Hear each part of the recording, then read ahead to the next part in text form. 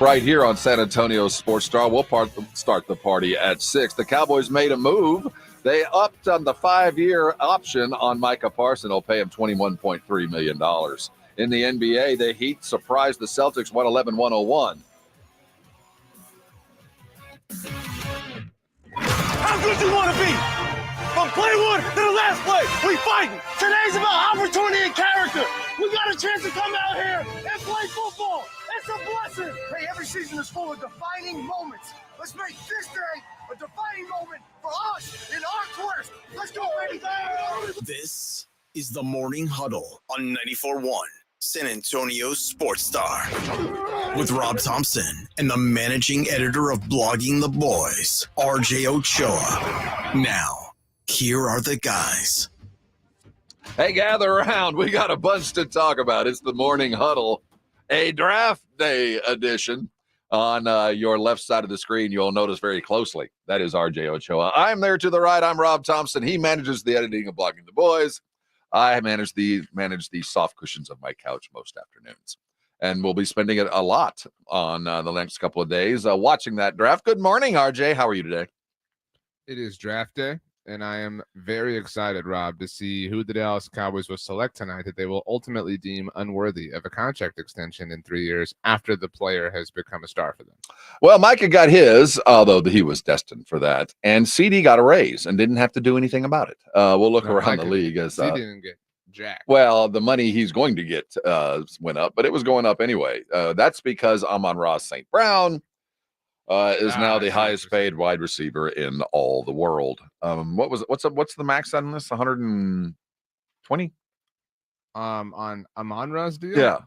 Yeah, he notably he got $30 million per. Yeah, it's 30 so for. If you thought you're getting CeeDee for $30 million, nah, that went out the window. Ain't That will be part and parcel to today. Wonder if it'll play into the draft. That guy from Texas, he's really fast. I don't know if you have noticed that. So we'll look up and down the draft board. Quarterbacks are going to be a hot and heavy conversation. Wide receivers too. In the NBA, the Miami Heat brought their culture. And despite Jaylen Brown's best efforts, the Celtics go down at home. Just a workmanlike Miami Heat game, man. There wasn't much else to say. They wanted it more. They're the biggest hustlers in the NBA. You know what I'm saying? Like they will put in, maybe I would put Jokic as somebody who would do the work more than anybody else. You know what I mean? Like the dirty work, but like from an individual standpoint, but from a team standpoint, Miami they're willing to get way dirtier than you are. You know, in that poll that we were just talking about, that anonymous basketball poll we looked at a couple of days ago, Spoelstra, the number one coach in the league for players that want to play for him. And I thought it was so representative of how his method of coaching was represented last night as he walked into the locker room post-game. And just so you know, we talked about accountability. Everybody stepped up, get your treatment, and let's go home. I mean, that's the culture, man. And let's go home. Well done. A workmanlike, if not boring game. But sometimes that's what you want. I mean, absolutely. That's always what you want. I mean, honestly, and there's an exciting nature to this. I mean, we thought Boston was invincible, right? And I don't know that we expected them to just sweep the Heat, but to fall so early and in Boston, was this will be a really fun day on Boston sports radio, just especially with the draft and like whether or not the Patriots are going to get the quarterback of the future. Thank God they have the Bruins. They've got a 2-1 series lead. But other than that, they're kind of in their emotions. Well, I heard yesterday that the playoffs don't start until a road team wins. I heard that a few times. I even heard it this morning. But man, the trend began yesterday or the day before and carried through. Although Oklahoma City took care of business last night. When they're shooting, they're a devastating basketball team. And Edwin and I were looking at the Thunder and their process, and how we've talked about we're afraid of emulating their process. And I want to look at 7:00. We're going to talk about this. When do you think Oklahoma City's process began? I mean, it depends how like existential you're willing to get. I Oh, think. I'm an existential cat, man. Call me Atlas. Then if you want to be Atlas, then I would argue that it began in 2000. What am I doing? I'm shrugging. 2000. That's the nerdiest thing I've ever done. What's that? Was it 2017 when Katie left? So God, you're going way, man. That's the process, man. How existential? No, not that existential. Before I want to make sure we begin the process, but after some of these guys were born. Well, I mean, I would say in earnest, probably 2021-ish. Yeah. What? After I looked at what Oklahoma City has done, and you really have to look at the Chris Paul, the COVID year, and then what happened immediately after that. When did things begin for them? And we're going to look at this at 7:00 because maybe this Oklahoma City thing ain't too far off of what most of us are thinking anyway. But we're going to talk about that at 7. Shea Gilgeous was a revelation again last night. But coming back, let's look around what happened exactly to Boston. There was no tea party per se. The Miami Heat did what they've done before. Are we going to see this again? Can the Celtics turn things around? And Oklahoma City's awfully scary around the bend. We look at tonight as well as LeBron and stuff goes on in L.A. Let's get there. The NBA is running, and we're taking you with them. We'll be right back. This is the Morning Huddle, and you're on 94.1 San Antonio Sports Star. One of the great things about the weekend in the spring is your chance to go stand over a flaming grill and cook some of the finest meats around from Tri-County Meat Market. So head over there today. Specials are in play. You know what they've got. But I challenge you this weekend, as the holiday weekend has begun, or not holiday, but just the weekend begun, to do something different. Go try something you haven't done before and take the advice of the meat cutter behind the counter. Let those guys guide you in something you might not have tried before, because they've got cuts of meat I know you've looked at and never gotten. Maybe it's some of their prepared meats. Go get a couple of those stuffed chicken breasts. They got 3 or 4 different flavors. Every one of them is great, and every one of them is the size of a football. One of them will feed two, unless you're like me. Get those. Maybe try their house-made dogs. Their hot dogs are big enough for those big buns, and man, oh man, they actually get bigger when you cook them. They're fantastic. They really are. Or maybe it's a couple of their house-made hamburgers and the mix that they use. Or it's the other side of the counter. Maybe you're looking for something unique, something that comes out, maybe a goat or something like that. They've got it. That's why I love Tri-County Meat Market. Grab a new rub, try something different, but go to Tri-Counter. Now, things that remain the same, the 5 for $25 always in play. And if you're a first responder, you're getting your 10%. It's over on Huebner, out on Ralph Fair. Head over to Tri-County. A great meal always starts with great meat from Tri-County. Get there today and thank me later. It's the 2024 NFL Draft on 94.1 San Antonio Sports Star. We're the 24th pick. The Dallas Cowboys select. Tonight, Friday, and all day Saturday, join 94.1 San Antonio Sports Star for this year's NFL Draft, live from Detroit. I love the tenacity and the aggression with which he plays. He is a mauler. Who do the Cowboys and Texans pick? Does Jerry make a splash? Who goes number 1? And who's the next Mr. Irrelevant? The Houston Texans select C.J. Stroud. We don't ever want to pass on the guy you ought to be taking there, but still be position select. I thought Sauce Gardner would be the first corner, but you go back to 2019, and that version of Derek Stingley is as good as anybody in this entire draft class. Find out right here on your exclusive home for the NFL Draft. 94.1 San Antonio Sports Star. Family Talk with Straight Talk. You give and you give. It's time to get with Straight Talk Wireless. You get a reliable 5G network and unlimited data, and you get to choose who joins your family plan starting as low as $25 a line. Does it have to be family? It can be family or people you like. Get more lines and more savings. Switch to Straight Talk for family plan starting as low as $25 a line per month for 4 lines. Find us at Walmart and straighttalk.com. For network management practices, visit straighttalk.com. Family plan discount with 4 lines, all on the Silver Unlimited plan. Taxes and fees apply. Getting quality employees to fill positions in your company is essential, but finding those people can be a major hassle unless you use ZipRecruiter. ZipRecruiter makes finding quality people a breeze. ZipRecruiter's advanced technology identifies candidates with the right skills, sends you great matches, then you can easily invite them to apply. 4 out of 5 employees employers who post on ZipRecruiter get a quality candidate within the first day. See for yourself. Go to ziprecruiter.com/free to try ZipRecruiter for free. That's ziprecruiter.com/free.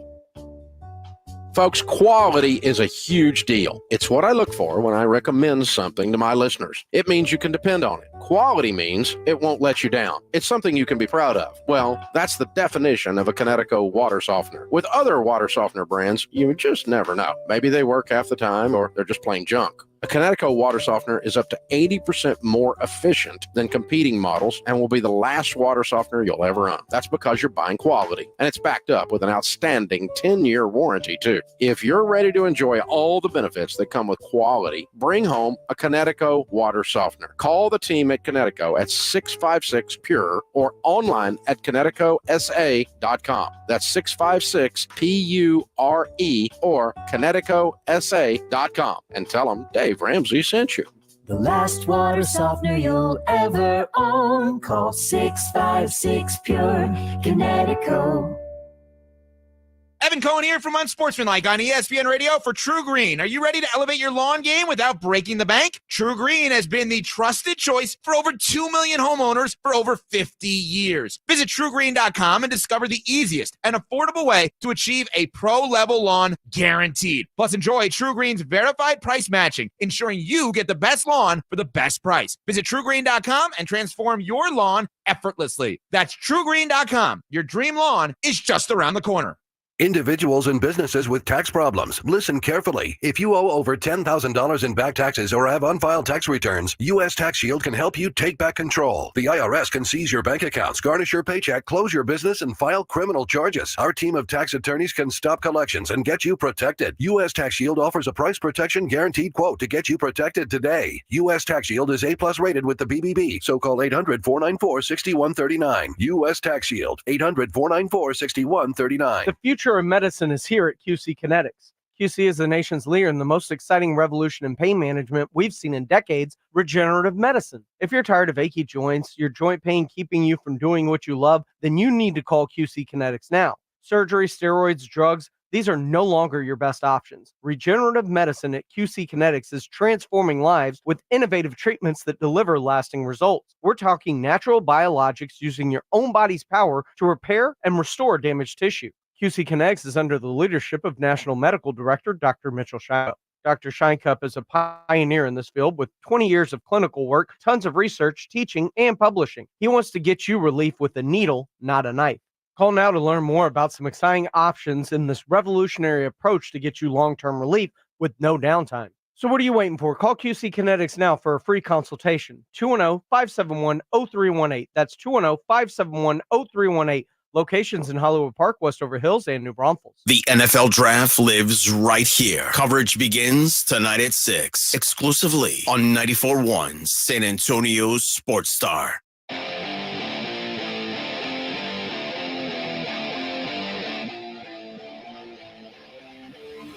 It's the Morning Huddle here on San Antonio Sports Star. Thanks for tuning us in. Go digitize us. Go to the YouTube feed we got hanging around for you. You can get there via a couple channels. We are the Morning Huddle. We are San Antonio Sports Star. You can go to the website and catapult your way from there or go directly. And when you're there, once you subscribe, you'll get all that you need to go wherever you need to be. Look over very closely. You'll see RJ. I'm glad that I've had the NBA to keep me occupied as we've gotten closer and closer to the draft, because obviously as a Cowboy fan, the news hadn't been good. So let's talk about what we saw last night. First of all, Oklahoma City played like the number one team in the West, dispatching with ease the Pelicans. The takeaway from me last night was, first of all, the battle of the bigs. The Valanciunas, Chet Holmgren was a matchup of the two styles of bigs there in the first half, and both of them played well. Yeah, I mean, this was kind of clinical. I think more so than we expected it to be, and good for them, I suppose. It's a little terrifying again because of the whole, is this going to be what the Spurs want to do themselves? But this was how a one seed operates. You know what I mean? I don't know of any other kind way to put it. I think that they deserve their props, and it's time to give it to them. Yeah, I know we've kind of felt like they were this paper tiger, but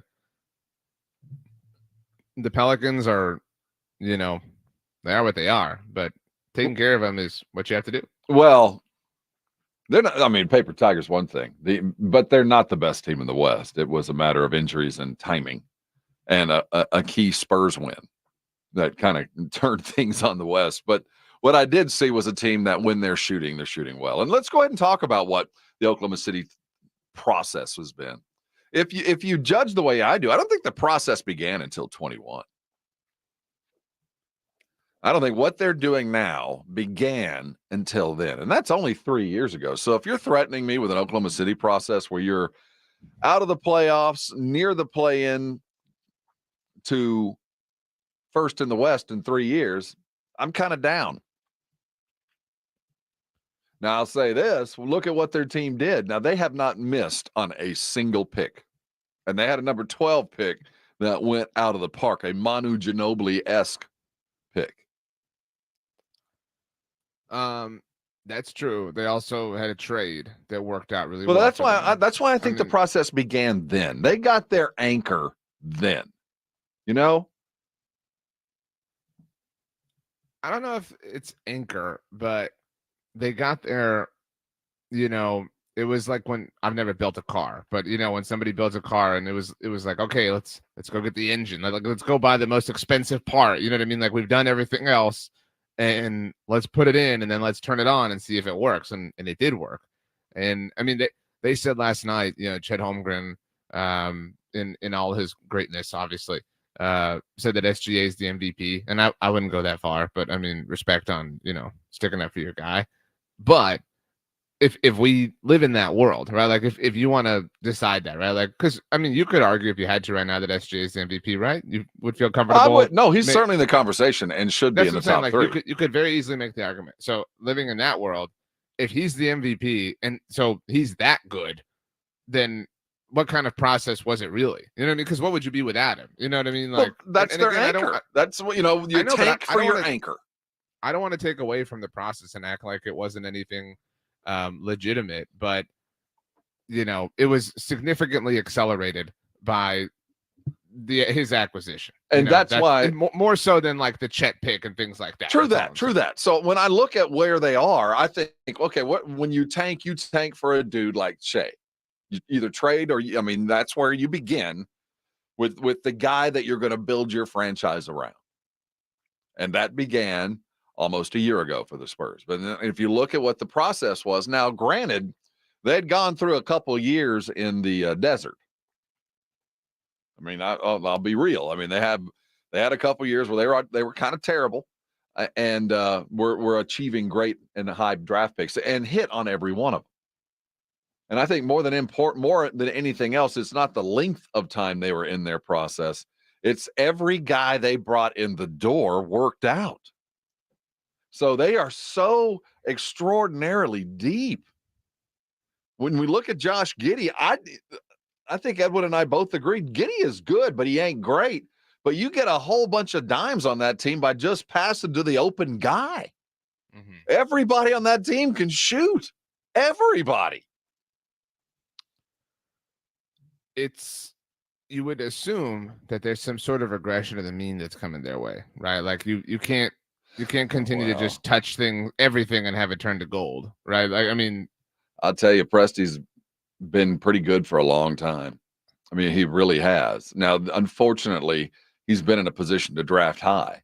So you can't say there's been absolute success, but they have drafted very well. And the trading for Shea and the way that they've moved talent around, he's one of the best in the business. I mean, despite not having a ring, he's probably the best not to. That has been without the headlines. I mean, he really had. Look at what they've managed to do since Durant and since Seattle. I mean, they've been pretty. We talked about pretty competitive all you're the talking time. About since Seattle, now you're getting really. Well, no, what I'm saying is, but what I'm resting on Sam Presti is what I can't rest on Brian Wright is one, there's longevity, but two, there is a definite track record of absolute success. I mean, look at the cat this guy has brought in, from Russell to Harden to we could just keep going to now trading for Shea and getting Paul George in and out. I mean, the guy has done some pretty miraculous things over the last 20 years. So I don't know if I trust Brian Wright to do long term what Presti has proven to be able to do.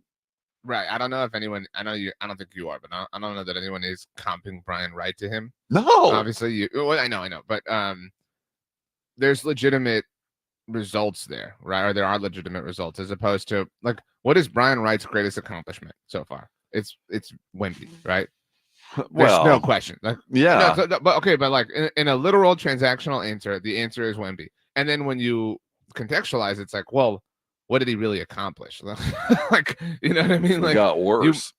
No, but I mean, my point is, you won the lotto. You know what I mean? You won the lottery. Like, you didn't do anything. Like, there was no, you didn't pull one over on everybody. The trade for SGA, things like that. Like, there's vision behind that execution.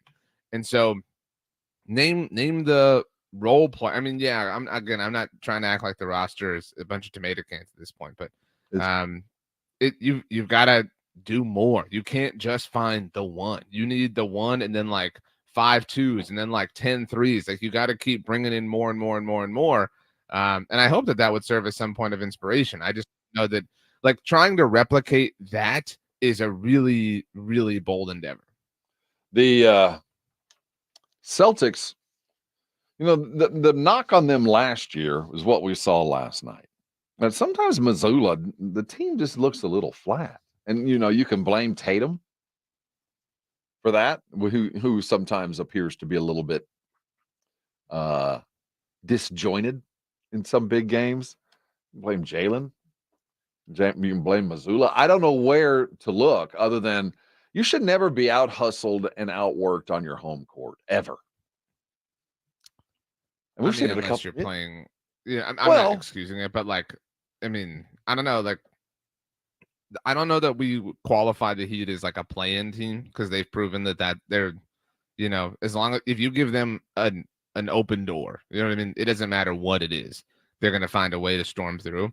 But that being said, that like this isn't the year that the Heat are taking everybody by surprise. You know what I'm saying? That they're proving that concept. You know that this is a scrappy bunch. You know what I'm saying? You know that you're in for a fight against Eric Spoelstra's Heat. And so to not be ready for it in game 2, it's one thing if like, you go up 2-0 in the series, you go down to Miami and you get kind of punched in the mouth in the first game, like you're saying on their floor. Okay, cool. That happened. I mean, that's the way a series goes. But to just get pounced in game 2 on your floor, that ugly floor. Well, man. I don't know how you parse it. When you get beat by a team that hits 23 threes, I don't know if you look at it, well, that's just an act of God. Like, I don't know what we're going to do. That, when an NBA team hits 23 threes, I don't know if I'm sure there's a stat there, but I'd lay money it's pretty much undefeated. I don't care who you're playing, where you're playing. Your team hits 23 threes, you probably won the basketball game. I don't need to see anything other than that. So you could look at it in the Boston side of things like, well, sometimes God just decides that they're not going to miss tonight. There is some of that, and there's some pack your bags and let's go to Miami and close these things out, which would be the attitude I would keep inside the locker room with the closed doors. But as a coach, watching them make 23 threes, and a lot of them pretty wide open, I'd have a significant problem with effort. And, there's no worry in Boston. It would, even for this thing to go beyond 6, would be an utter shock to me. Because until Butler comes back, they're playing with snot and gauze pads, man. They're holding things together barely. So, I don't give them a lot of hope. But what worries me if you're a Boston fan or a Boston player is, here we go again. That when the big game comes, we just are a little disjointed, a little disheveled, a little step slow, and we got to fix that. And it's a top-down thing. It has to be Jason Tatum that fixes that. So, to your point, a quick stat head search. There have been 146 instances of a team making at least 23 threes in a game. Of those 146, how many do you think are losses? Shoot, I don't know, 10. It's 15? exactly 10. Is it Holy 10? crap, bro! Well, Let's go. well, I mean, Wow. I just know you make 23 threes. Now the volume is certainly a question I would ask. And what's the shots made, shots taken? But that's just one of those nights when one team is just on, and in the NBA, it doesn't take much for those guys kind of games to go.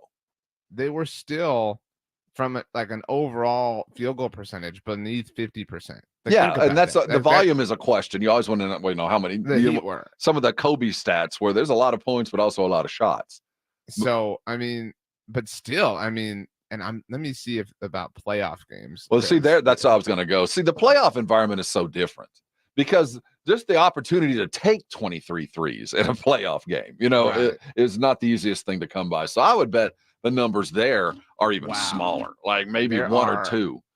There are 4 instances of, five of, and they've all come in the last 8 years. A lot of them Houston Rockets and Golden State. There's one Rockets performance. And they're the only ones who lost. In 2020 in the bubble, they lost to the Thunder. They made 23 threes, but they attempted 58 of them. They attempted by far the most of anybody in this sample size, but Miami did it successfully. They had it the last time it happened, Rob, happened to Miami. The Bucks a year ago, almost to the day. It was April 19th last year. The Bucks made 25 threes, against them in a win. The road has been kind in New Orleans. I didn't know until last night that they had the best road record in the league. That's an interesting number to bring into Oklahoma City. It didn't transpose yesterday, but I think that was just because of they were playing pretty well early. Jonas played well. Post work was solid, 15 in the first half. They were getting rebounds. I think they felt pretty comfortable, but in the second half, it was just so much home cooking, and it was really an exhibition of the depth for Oklahoma City, just wave after wave of big shooting guys. I can't help but think that New Orleans looks down the bench and doesn't see Zion, and they're used to that, at least last year, not so much this year, that I still blame him. I still look at that and go, New Orleans came out with a game plan, but they just didn't have the players and got run out of the gym. Sometimes you just don't have the horses. I mean, like that's just, sports sometimes. And I blame Zion. I blame Zion, physically and literally blame him. And I never, up until now, I shouldn't say never. I tell my kids and my wife, never say that. But rarely have I actually blamed a player for his injury. Like, man, that is straight up your fault. You know what I mean? Think about that. I know. Is there any other player out there that except for Zion, when he blows a hammy, everybody goes, well, that's your fat ass's fault. There's no other player I look at like that. But I physically look at him like, damn it, this is your fault, man. If you'd have just pushed the dessert tray away, if you'd have just said no more beignets and no more red beans. Dude, I mean, seriously. And it's wrong. Been a little I'm not saying I'm right, but I cannot think of a player in my past, other than the dudes that literally ate themselves out of the leagues, where you go, come on, man, this is your fault. I think that this is moving the goalpost a little bit, but I think there are definitely a lot of examples of players who didn't properly care for their physical talent, whether they let it, and this is so obviously manifested in his weight line. I mean, in his waistline. So yeah, there's a lot of guys that have just ruined it for drugs and whatever stuff. And I shouldn't hold him this accountable for something that obviously is an issue. But some players also don't do like the proper physical work. Right. And I can't tell that. They still walk out chiseled, even though they could be more chiseled. But I can see Zion. I know what he looked like early. I know what he looked like late. And I know that he let his diet go. He even told us, it's 25 pounds after All-Star break. And you go, what? So when you blow a hamstring, I don't have a lot of pity. It's like no pity, and now it's anger. I mean, I think you've had a high level of outrage about this, and I understand where you're coming from. But there is a little bit of an unknown. You got to give him I don't want to say a benefit of the doubt, but you have to allow for some room for question. The physical, the body's a fascinating thing. You have no idea what's exactly going on. And you have no idea how good a beignet tastes at 2 a.m. I mean, there are things. Have you ever had a muffalata from CeeDee Deli or what's it called? Something deli. Have you ever had one at 2 a.m.? Oh yeah. I've never had one at 2 a.m. Well, yeah. What was the weather outside 24? When you did? I've been there in many different. Because I've been cold. I've been hot. The vibe I'm envisioning in my mind is it's like 45 degrees outside. You know what I'm saying? Like, and you're feeling nice and warm in your face, and you go and you get a beignet. That has to hit. Just but don't make the mistake of getting that dirt water chicory coffee crap. Wow, that is dirt water. Do you like anything or anything? I love beignets, but that Cafe Du Monde chicory coffee that they try to push on you, which is basically like dirt. That coffee was what they drank when they didn't have coffee. So they're selling that to the tourists. Hey, I know what they'll drink. We'll call it fancy. No, they drank that when they didn't have the stuff, and they're selling it for twice. Here, have some chicory. Wow, dirt water. Yeah, that's right. I said it. The most controversial thing I'm gonna do today, right there. Chicory is in fact dirt water, and nutria is a giant rat. Don't eat it. God. I'm here to offer wisdom, and during the mock draft we're gonna do at 8:30. I'm gonna offer all kinds of freaking wisdom. We'll see about that. Hey, let's talk about the draft around the corner. Cowboys did something yesterday. They kind of had to. Well, no, they didn't even have to. Micah got himself 1 more year guaranteed money. He did that. The wide receiver market expanded just a bit, and the Cowboys await a busy draft. Let's talk about it next. The clock is ticking. 12 hours, 27 minutes, and 54 seconds. Hack! We will begin the party. Hold on. We're coming next. This is the Morning Huddle here on 94.1 San Antonio Sports Star.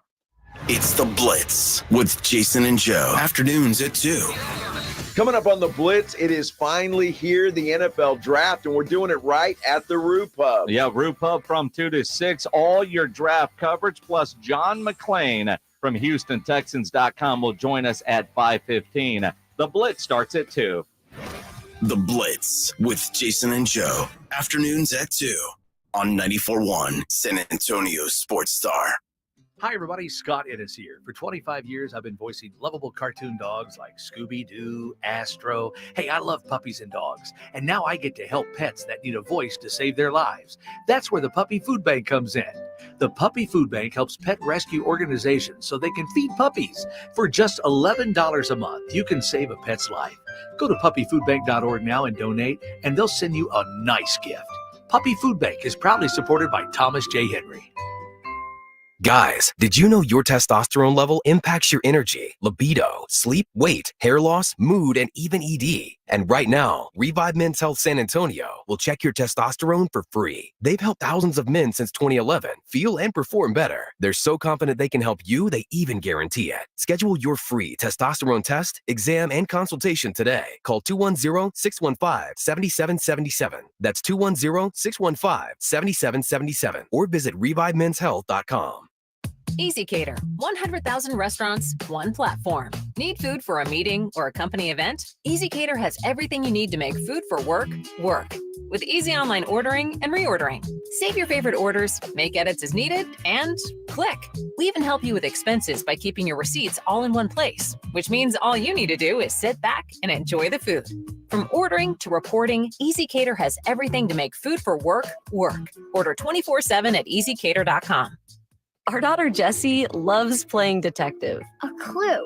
But since we discovered she has sensitive skin, we've been playing detective too.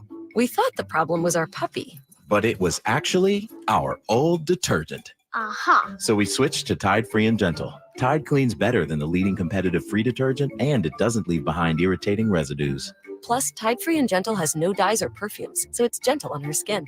Case closed. If it's got to be clean, it's got to be Tide Free and Gentle. Hey, it's Rob Thompson here for Prize Picks. It's America's #1 sports fantasy act. 3 million players. Yes, I'm a member. You should be too. Download it now and remember the code Alamo, and you can get a deposit match of up to $100. Basketball is balling, baby. Football is coming. Baseball is swinging. It is time to go to Prize Picks because you put your fantasy knowledge into action. You know more. You know your less. You know who's better or not. You know what's going on. You're a fantasy player. Put that knowledge to work. I have, along with so many others. And right now, remember the code Alamo, and you can get a $100 deposit match right now. Go download Prize Picks. We love watching Connor McDavid, Jude Bellingham, LeBron James. They are playing go more or less. It's so easy to do, and now's the time to go. You know when it's more, you know when it's less, and when you pair them together, you can win big, big bucks, up to 100 times your money. More, less, Prize Picks, Alamo. Go there. We all hear the radio ads about the IRS. They tell you to be afraid, to be scared, and they try to frighten you into calling. I'm not here to do that. Tax Relief Advocates is different. TRA is here to tell you that if you owe money to the IRS, whether it's $5,000, $50,000, or $500,000, we have a solution. It doesn't matter if you're sitting in your car, at work, or with your kids. No matter where you are, call now. 800-575-6759. Don't lose hope. TRA can eliminate or reduce what you owe to the IRS. There is zero risk to you. If we can't reduce your tax debt, then you pay nothing. Our passion is taxes and helping individuals fix their IRS problems. We have a 5-star rating on Google and an A+ with the Better Business Bureau. You don't need to be afraid of the IRS any longer. End your tax nightmare today by visiting us online at TRA.com or call 800-575-6759. That's 800-575-6759. Tax Relief Advocates. Real solutions for real people. Eric was way behind on his taxes. I owed a lot of money to the IRS, almost $15,000. I tried to make payments. The IRS wasn't satisfied with Eric's efforts, so they came after him full force. They're coming to put a lien and a hold on all my income, my home, my car. I was just overwhelmed at what to do. Then Eric called Optima Tax Relief. When Optima Tax got involved, the calls would stop, the threats would stop. It was easy like 1, 2, 3. Optima Tax Relief is A+ rated by the Better Business Bureau, and their team of expert tax professionals took care of Eric's problem. I owe $15,000, and now my debt is clean. I don't owe anything. Take Eric's advice. If you have a tax problem, you need to call Optima Tax now. Call Optima Tax Relief for a free consultation. Call 800-714-8422. 800-714-8422. 800-714-8422. Optima Tax Relief. Some restrictions apply. For complete details, please visit OptimaTaxRelief.com. We're here with Jose Rios, attorney at the Gomez Law Firm. If you are injured in an accident or hit by a company vehicle, Jose, what's the first thing our listeners should do? The first thing they should do is pick up the phone, call the Gomez Law Firm, or Google JoeGomezLaw.com. Gomez Law has been protecting the people of our community for almost 50 years. They're the leader in personal injury law. We do ride-sharing cases. We do carbon monoxide cases, 18-wheeler cases. Obviously, we've done those for very many years. Work injuries. But that's not all your firm does, Jose. Tell us a little more about other cases Gomez Law takes on and wins here in Texas. Really anything that involves a personal injury and a third party that is responsible for causing that injury, we will be happy to take a look at and see if we can help. If you have been injured in an accident or hit by a company vehicle, then you need to visit JoeGomezLaw.com. And remember, Gomez Law fights.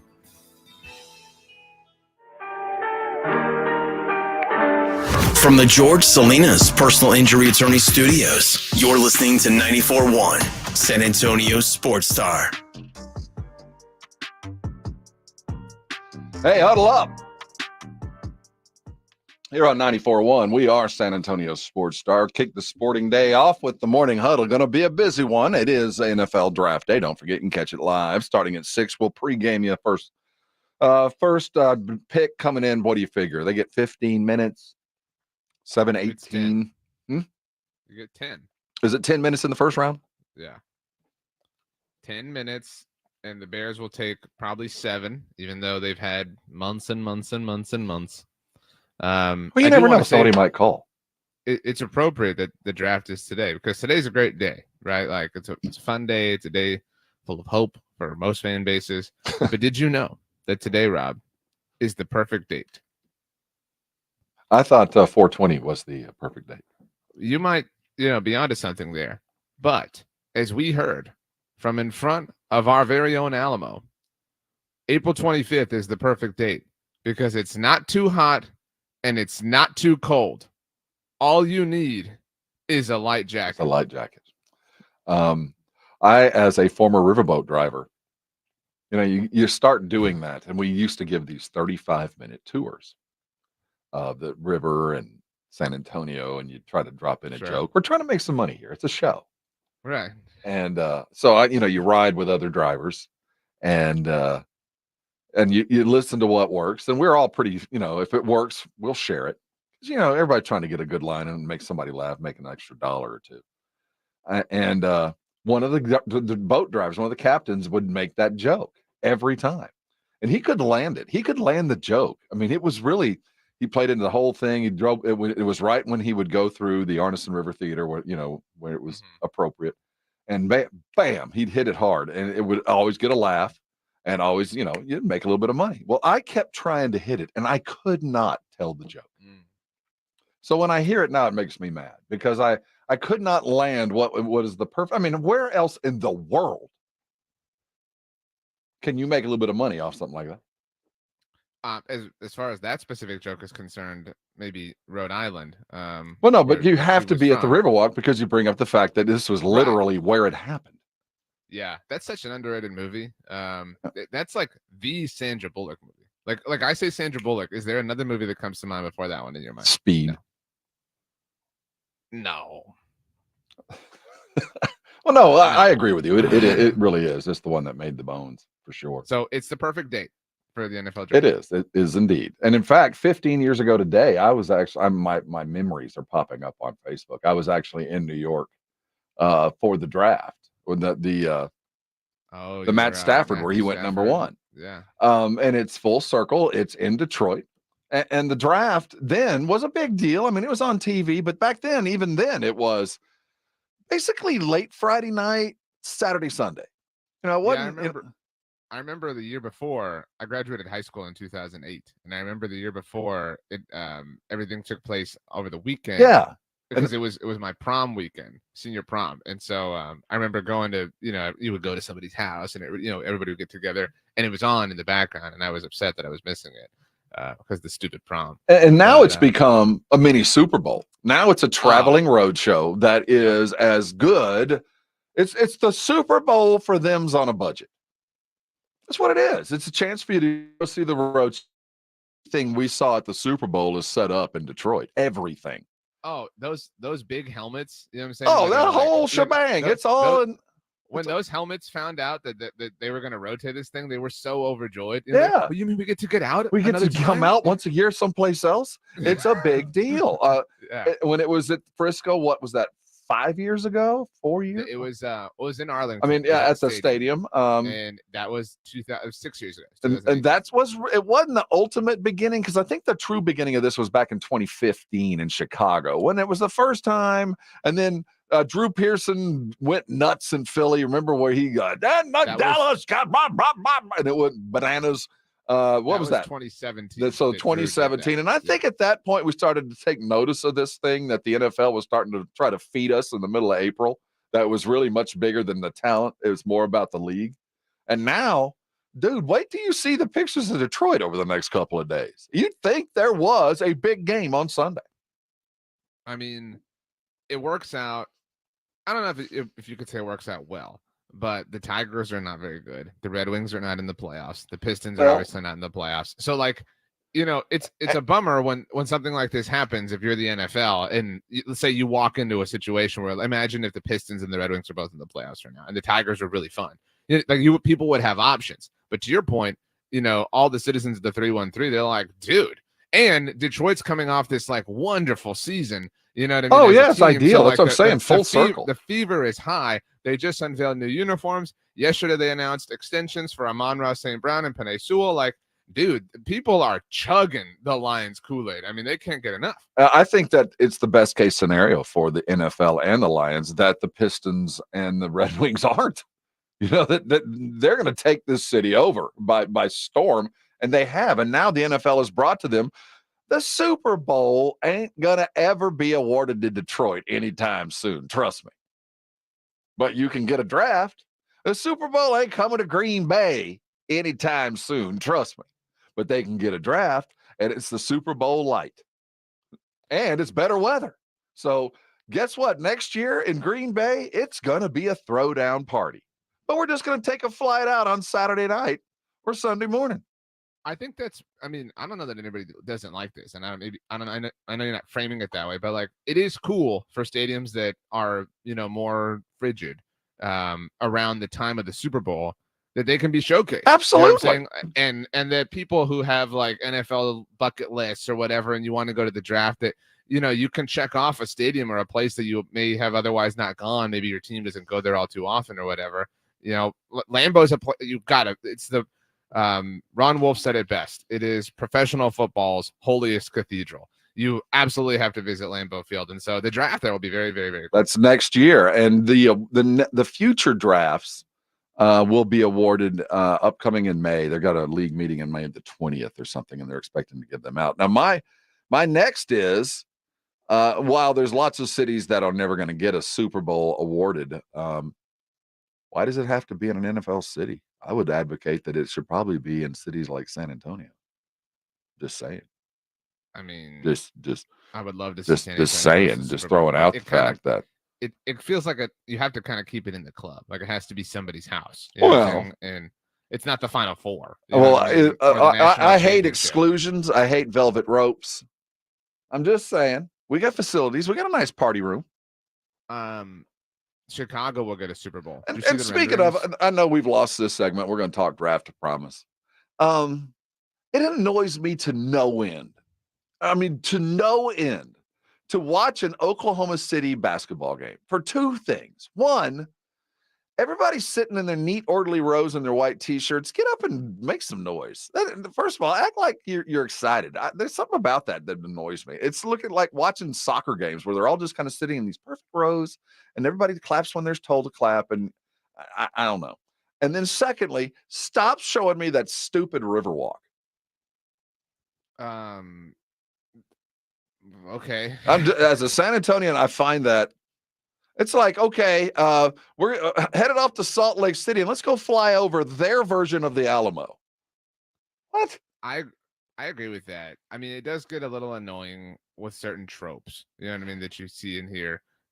So I'm going to take it one step further. That this just dawned on me, because that bothered me last night. They kept showing this like a drone flyover of their whack ass Riverwalk with nobody on it. This little, you want to talk about a drainage ditch in the middle of town? Go to the Brickyard. Actually, Brickyard's pretty nice. I shouldn't be making fun of it. Bricktown, that's what it's called. Did you know that Oklahoma City is about to build the 5th tallest building in the world and the tallest building in the United States? That they're going to break ground on this crap soon in Oklahoma City. I did not, but Oklahoma City's really underrated. As oh my God, you want to talk about compensation? What are you compensating for, Oklahoma City? You got to go. What? The tallest building in the United States? We're going to have airplanes flying into that. It doesn't bother me at all. You can't have something that tall right in the middle of nowhere. Good for them. I'm happy for them. No, I don't like it at all. They're spying on us. They're building that big, tall tower to look at us. It's going to help OU recruiting. I don't know how. I think you're a little on edge today. I'm just saying. There's any denying that. Hey, I do have a question. What's a coach like Sark to do when you see a young fella like Manning do what he did, and yours making a bunch of commercials for law firms? What do you do? We'll figure out what Sark's going to do on that 40 acres, because he probably should have a little shootout, shouldn't he? We'll be right back. This is the Morning Huddle, and you're on 94.1 San Antonio Sports Star.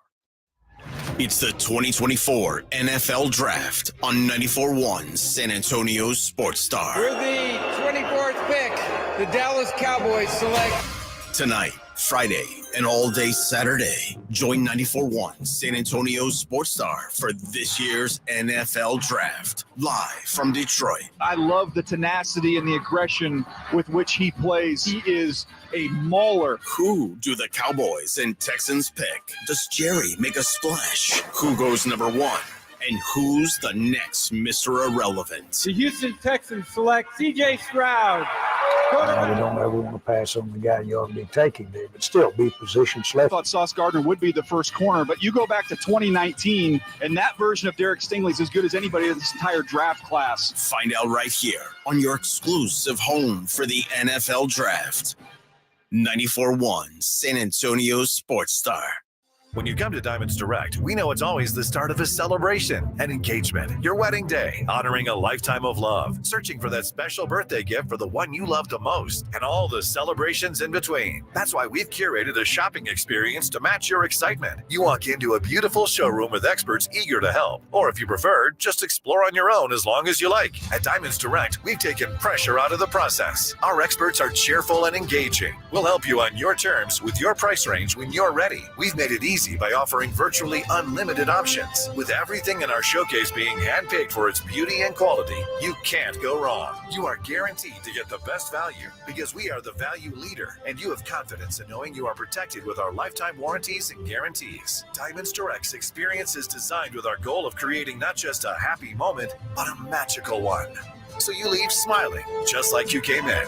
Diamonds Direct, for your best moments in life. Get store hours and directions at diamondsdirect.com. I have diabetes. I'm at risk for pneumococcal pneumonia. I have asthma. I'm at risk too. If you're 19 or older with chronic conditions like asthma, diabetes, COPD, or heart disease, or are 65 or older, you are at increased risk for pneumococcal pneumonia. Ask your doctor or pharmacist about Prevnar 20, pneumococcal 20-valent conjugate vaccine, a Pfizer vaccine that can help protect you against pneumococcal pneumonia in just one dose. Even if you've already been vaccinated with other pneumonia vaccines, Prevnar 20 may help provide added protection. Prevnar 20 is approved for adults to help prevent infections from 20 strains of the bacteria that cause pneumococcal pneumonia. Continued approval may depend on a supportive study. Don't get Prevnar 20 if you've had a severe allergic reaction to the vaccine or its ingredients. Adults with weakened immune systems may have a lower response to the vaccine. Side effects include pain and swelling at the injection site, fatigue, headache, muscle, and joint pain. For full prescribing information, please call 1-855-213-2138 or visit Prevnar20.com. Is this house a good price compared to others in the area? Are prices going up or down? If I don't make an offer right this very moment, will I miss my chance? These are just some of the questions a home buyer might ask. And these are the sorts of questions an agent who is a realtor can help answer. Because realtors have the expertise, data, and access to specialty training to help you navigate the process of buying a home. They provide support, guidance, and have your back every step of the way. That's what realtors do, because that's who we are. Realtors are members of the National Association of Realtors. It's time for the 2024 NFL Draft. NFLshop.com has everything you need to welcome the newest class of rookies with the largest for all 32 teams. Shop official New Era draft caps, draft t-shirts, jerseys, and more. Get ready to rep the newest members of your team for the 2024 season with an unbeatable selection of gear to showcase your team pride and style. To shop now, go to NFLshop.com.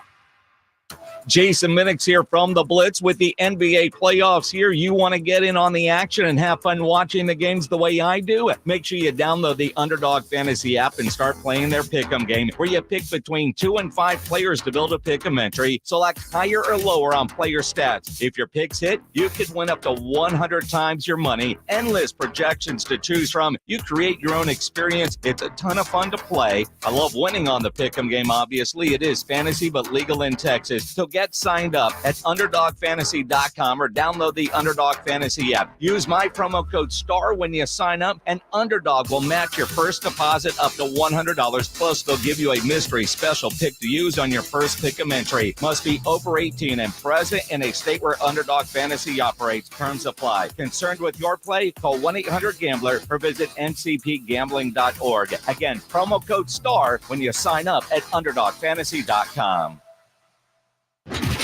Good morning, everybody. Joe Reinagle here. Coming up on the Blitz, it is finally NFL Draft Day. Looking forward to that. Plus, we're live at the Roo Pub, 281 in Redland Road from 2 to 6 to get you ready for all the night's festivities. John McClain's going to join us at 5:15. He'll talk about the Houston Texans and, well, will they get into the first round? That's a big question.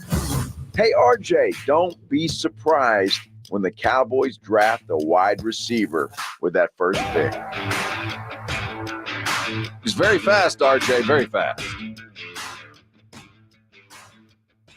It's the Morning Huddle here on San Antonio Sports Star. That's RJ. Look real close at him. No. I'm Rob Thompson. Thank you for joining us. Coming up, we're going to look at the Spurs through the prism of the Oklahoma City process. Look at what they did, what the Spurs are trying to do, and how they might mesh and meet in the finals. And with the clash of the big skinny guys, the big skinny matchup one. When will that happen? But first, we talked a little bit about the draft. We don't have a lot of time before we have to go to break. I was talking with Edwin in just a second ago, RJ. Sark's got to play as if there's no tomorrow with the two quarterbacks. What does that mean? Because there is no tomorrow in the SEC. Okay. You don't get the luxury of waiting for your talent to percolate and get better. You have to play your best guys right now. I would also offer that your in-state rivals, your main rivals, they hit the ground running their first year in the SEC. You know, you don't do that. And we showed up with Johnny, baby. That's what I'm saying. You don't do that. You'll be compared, or you're going to be compared to that one way or another. We're not going to have enough time because we've been silly all first hour. But I will put you there, and we're going to hear from Sark in the 8 o'clock hour. But first, coming back, let's talk San Antonio. The Spurs are in the midst of a process. We await the draft order, and that'll come with the lottery soon. Oklahoma City benefited greatly from the lottery recently. We'll look at what they did and how the Spurs could mimic just that. Also, we'll look around the league and look forward to tonight's spate of games. That's RJ Ochoa. He's rapidly editing Blogging the Boys. I myself am headed for a warm cup of coffee. Listen to these fine sponsors. They done good. You do good by them. We'll be right back here on 94.1 San Antonio Sports Star.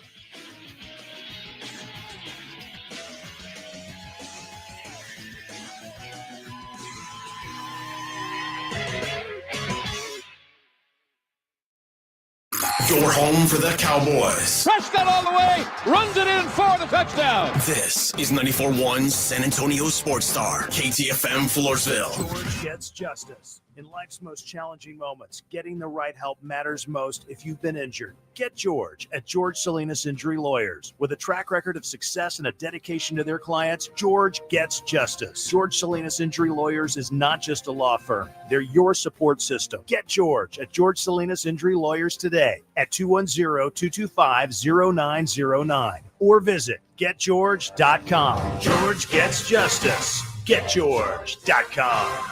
The Golf Club of Texas has some of the best course conditions with the friendliest staff. The golf is great. They have lighted driving range and practice area. While it feels like a country club, it's not a private club. It's open to the public, so bring the family into the Tin Cup Bar, the nicest sit-down restaurant in that area of San Antonio, specializing in Texas food, wine, and spirits. For golf or dinner, go to the Golf Club of Texas off Highway 90, online at golfclubtexas.com. The Golf Club of Texas, the friendliest golf course in Texas.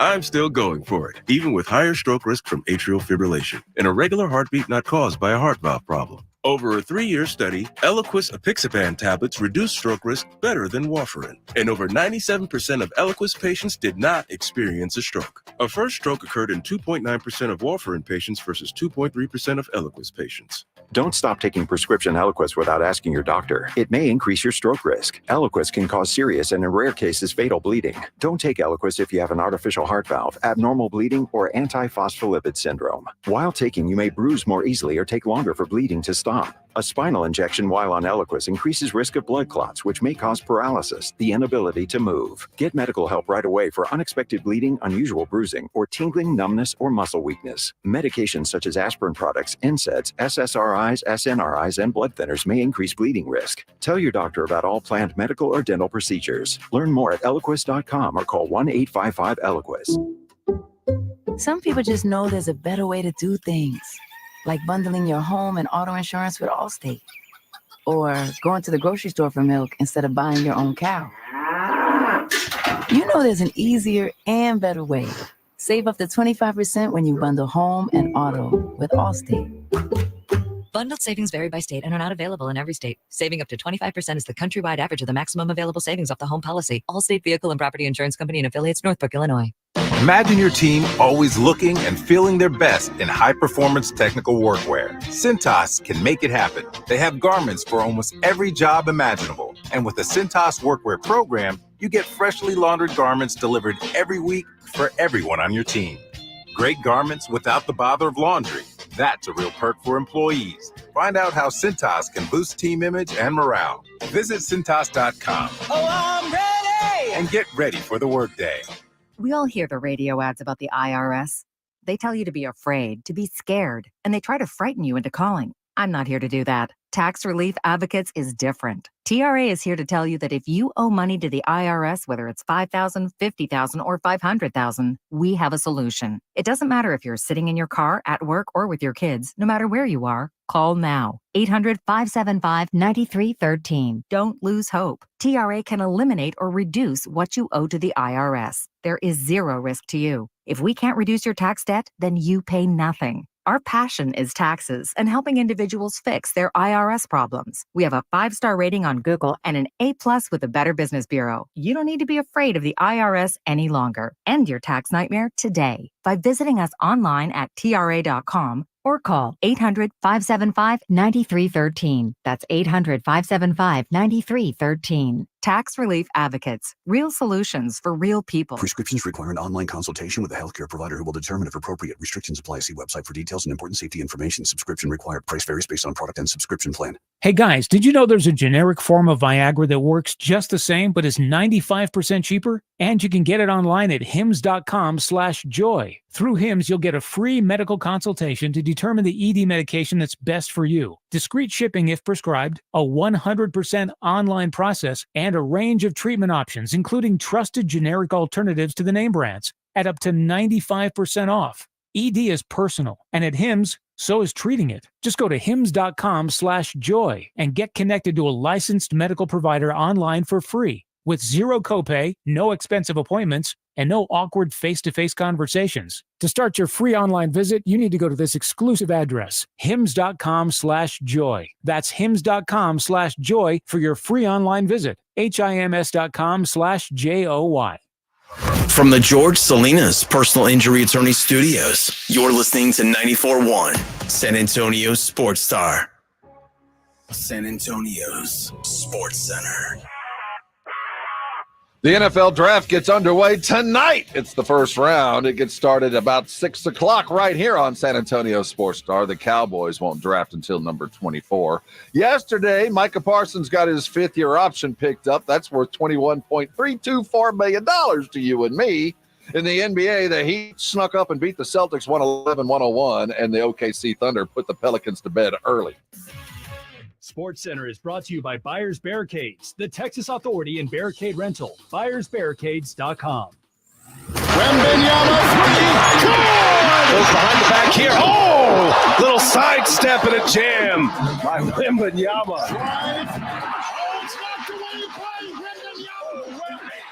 This is the Morning Huddle on 94.1 San Antonio Sports Star with Rob Thompson and the managing editor of Blogging the Boys, RJ Ochoa. Now, here's Rob and RJ. Hey, huddle up. Much to talk about this morning. That's RJ. I'm Rob. Together, we huddle every morning from 6 to 10, try to get you informed and entertained. Don't mind them brake lights. We'll get you where you're going this morning. A little bit less humid. I enjoyed not having to put a snorkel on to leave the house. That fog is when the dew temperature is higher or lower than the current temperature, whatever. Yesterday, yeah, it was soup.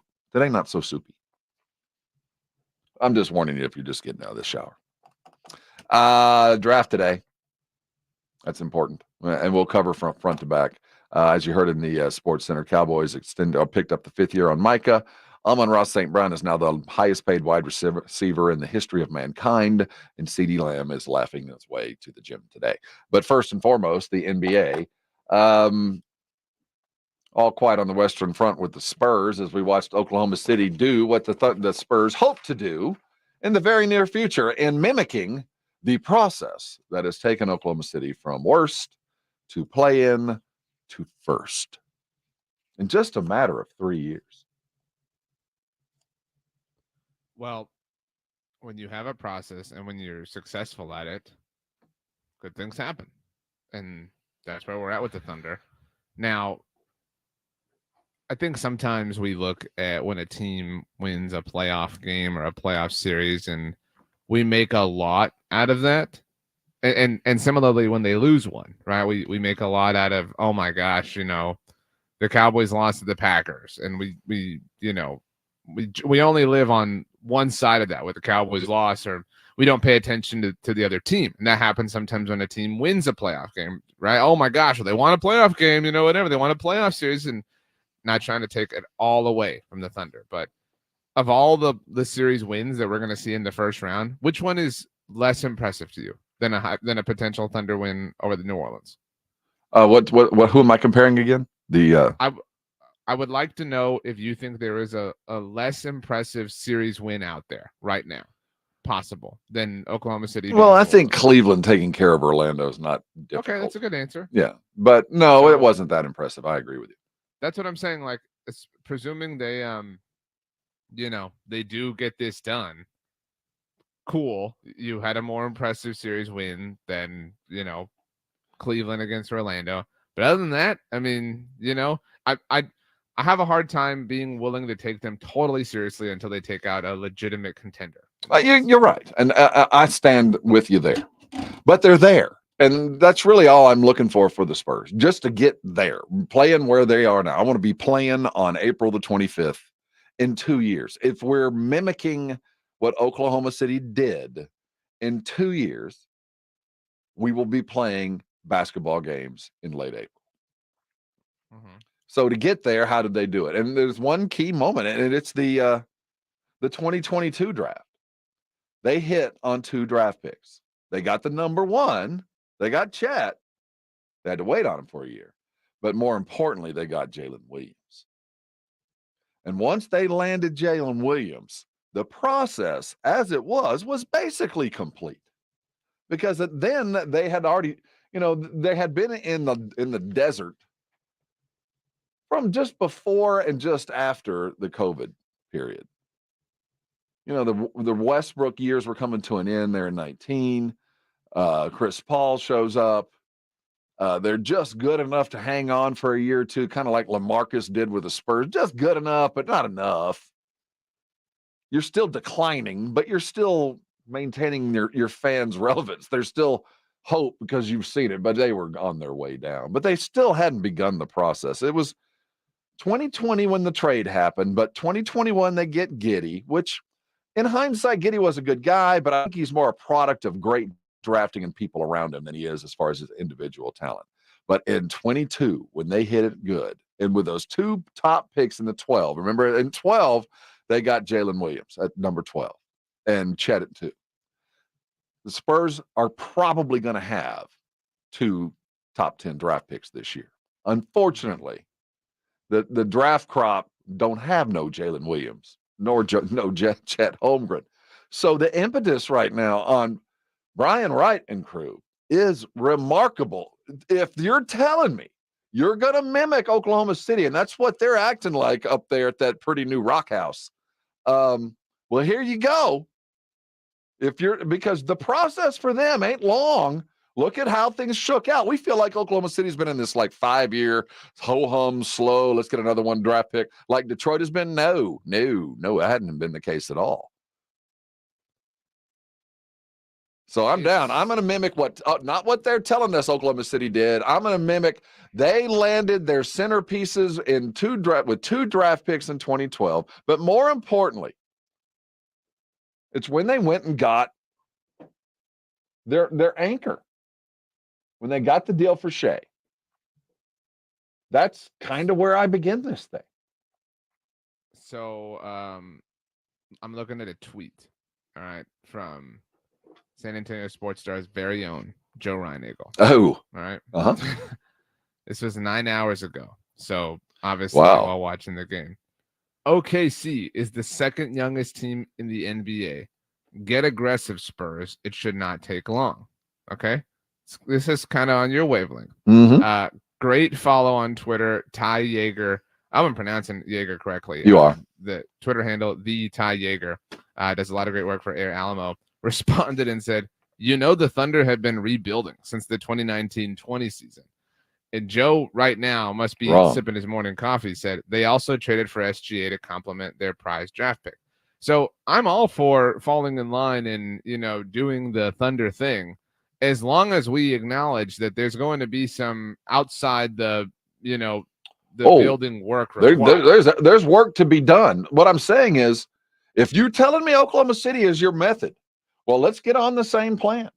And I think we're probably further down the track on this plan than maybe they want to admit, because it took getting Shea. It took getting the anchor. But it took that. I'm going to say the process began with them the moment they had the double picks. So, but it was stunted because they didn't get Chet for a year. So I'm going to move it even, a little bit more wiggle room. But I think the Spurs are, if they're telling us they have to execute, and both of these picks, and they're going to be middling picks, are going to have to be out of the park. They can't miss on either. And there's no waiting either. You got 2 years for these kids. 2 years. I understand that, but you also can't act like this is all you've got. You know what I'm saying? Like, you can't act like this is our big swing, these 2 picks. Well, it's the only thing they can absolutely control. You're right. Though there's a lot more work to be done on the outside of the draft. The things that you really have as much control as anybody else. I mean, you got money, space, and Wemby. So that should be pretty helpful for you. But there's still other teams and other places where guys might want to be. So you can't control all of that. The one thing you can absolutely control is the draft. I mean, I understand that you can control the draft, but you can't control anybody in it. I mean, you love to talk about Scoot. You know what I'm saying? Like, I'm not saying Scoot's a bad pick yet, but you just have no idea. Well, you better have a damn idea. Oklahoma City hadn't whiffed. If you want to compare yourself and you want to do what they did, they did not whiff on anything. To be that good of a drafting team? Well, then why are you telling me you're doing what they did if you don't think you can do it? And you're right. This is the team that drafted Josh Primo with junk hanging out of his shorts. This is the guy the team that drafted the wrong Luka first. Well, this is the team. So the wrong Luka, Lonnie. I mean, Lonnie, I'll forgive. There's no. I mean, because this is the NBA. The goalposts like this. But I think if Lonnie would have landed in Oklahoma City when Lonnie landed in San Antonio, Lonnie'd still be with Oklahoma City. It was just a bad place to land for Lonnie. Lonnie just was dealt a bad hand. It's unfortunate. I don't know that I trust anyone to build the way that Oklahoma City built. And it's one thing to aspire to be that. So that's fine. Good for you. You have wants, wishes, goals, etc. But banking on being that is really foolish. You know what I'm saying? Like, hedge your bet. And as long as they do, I'm fine. So you can't just say we got these 2 top 10 picks, we're money. That cannot be enough. The idea of how active things are going to be in the trade, we keep hearing from voices that matter, that the market should be busy, that there is the portal, as Wendy called it, that a lot of players are trying to jump into. So the expectation that it'll be moderately busy. With the Oklahoma City thread for just a second more, I don't know if you've seen this stat, and it is ridiculous, that this is the first time in NBA history that everybody that scored for Oklahoma City, everybody was under the age of 25. that 124 points, no matter the score, is the first time in the league's history, and let alone in a playoff game, that nobody over 25 scored for the Thunder. I don't know what that says about where the NBA is, because I can't help but hear that, and you want to applaud it. Like, my gosh, that's pretty impressive. And then you watch the halftime with TNT, which again is the best non-scripted show on TV, probably in the history of the medium, in my mind. When you hear Chuck and Shaq talk about modern NBA guys, just call them stupid. Those guys see a zone and they're stupid. Did you hear them talking about that? And it's true. I mean, they look at zones like an 8th grader looks at a 2-3 zone and go, I don't know. They're just standing around. What am I supposed to do? It's the easiest thing in the world to play against. But these same stupid kids went and got every bucket.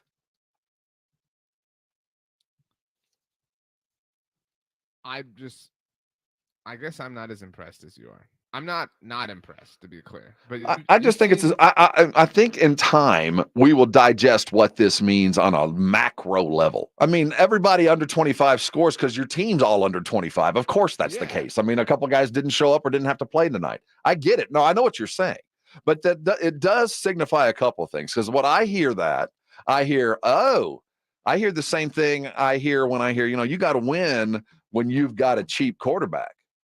When I hear everybody under 25, that payroll in Oklahoma City ain't that big. Well, but that's true. I mean, there's truth to that. That you have to. I would modify what you said just a little bit. You said you have to win. Obviously, ideally, you would, but you have to maximize that window. Sometimes you don't win, and that's unfortunate. That's the rub of the green. You know what I mean? That's life. You lost. You ran into somebody who was better. You had the misfortune of living and existing in an era, of Jokic or whatever. And so, but you have to maximize it. And that's why the Wemby thing is frustrating if they don't ultimately, go a little bit, I don't want to say all in, but if their foot's not heavier on the gas. Because this window is very different than the next window. They're all windows, to be clear, but it's easier to work within this one than the next one.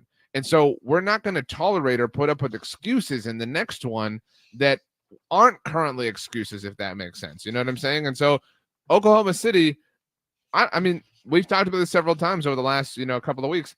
We don't view them to be, a top 4 team in the playoffs? Right, we'd put Minnesota ahead of them. We'd put Denver ahead of them. We'd put Boston ahead of them. Last night, notwithstanding. I think we're getting to the edge of where I would put people in front of them. So at the very least, though, we can put 3 teams in front of them, right? That fair to say? But you could also, you yesterday said you would think about the Clippers, you would think about the Mavs, and that's just in the West. I mean, in the East, maybe you could talk yourself into Milwaukee if Giannis were healthy. Again, I'm not trying to go too deep into the weeds, but my point is, even in a year where they're still ascending, they're in the mix. And that's maximizing the window. Right. They're probably not going to win it all this year. But the fact that they are over-delivering in the midst of this window is the goal, is the process. Like, if you think there's actually a process to be found and to be obtained and to be followed, it's this. But this process requires an obsession with, building the roster and accruing talent, whether it's by draft picks or by trade. You cannot just live with one and forfeit the other. Eric Bishop on the Brigade Bar, always commenting, always good stuff. They've got 7 years with Wemby. Am I missing something? Why should they have to blow all their assets in cap space this summer? They don't, Eric, but I'll tell you, there's no guarantee of 7 years. I refuse to work on that premise. RJ and I sat with a guy named Dan Marino.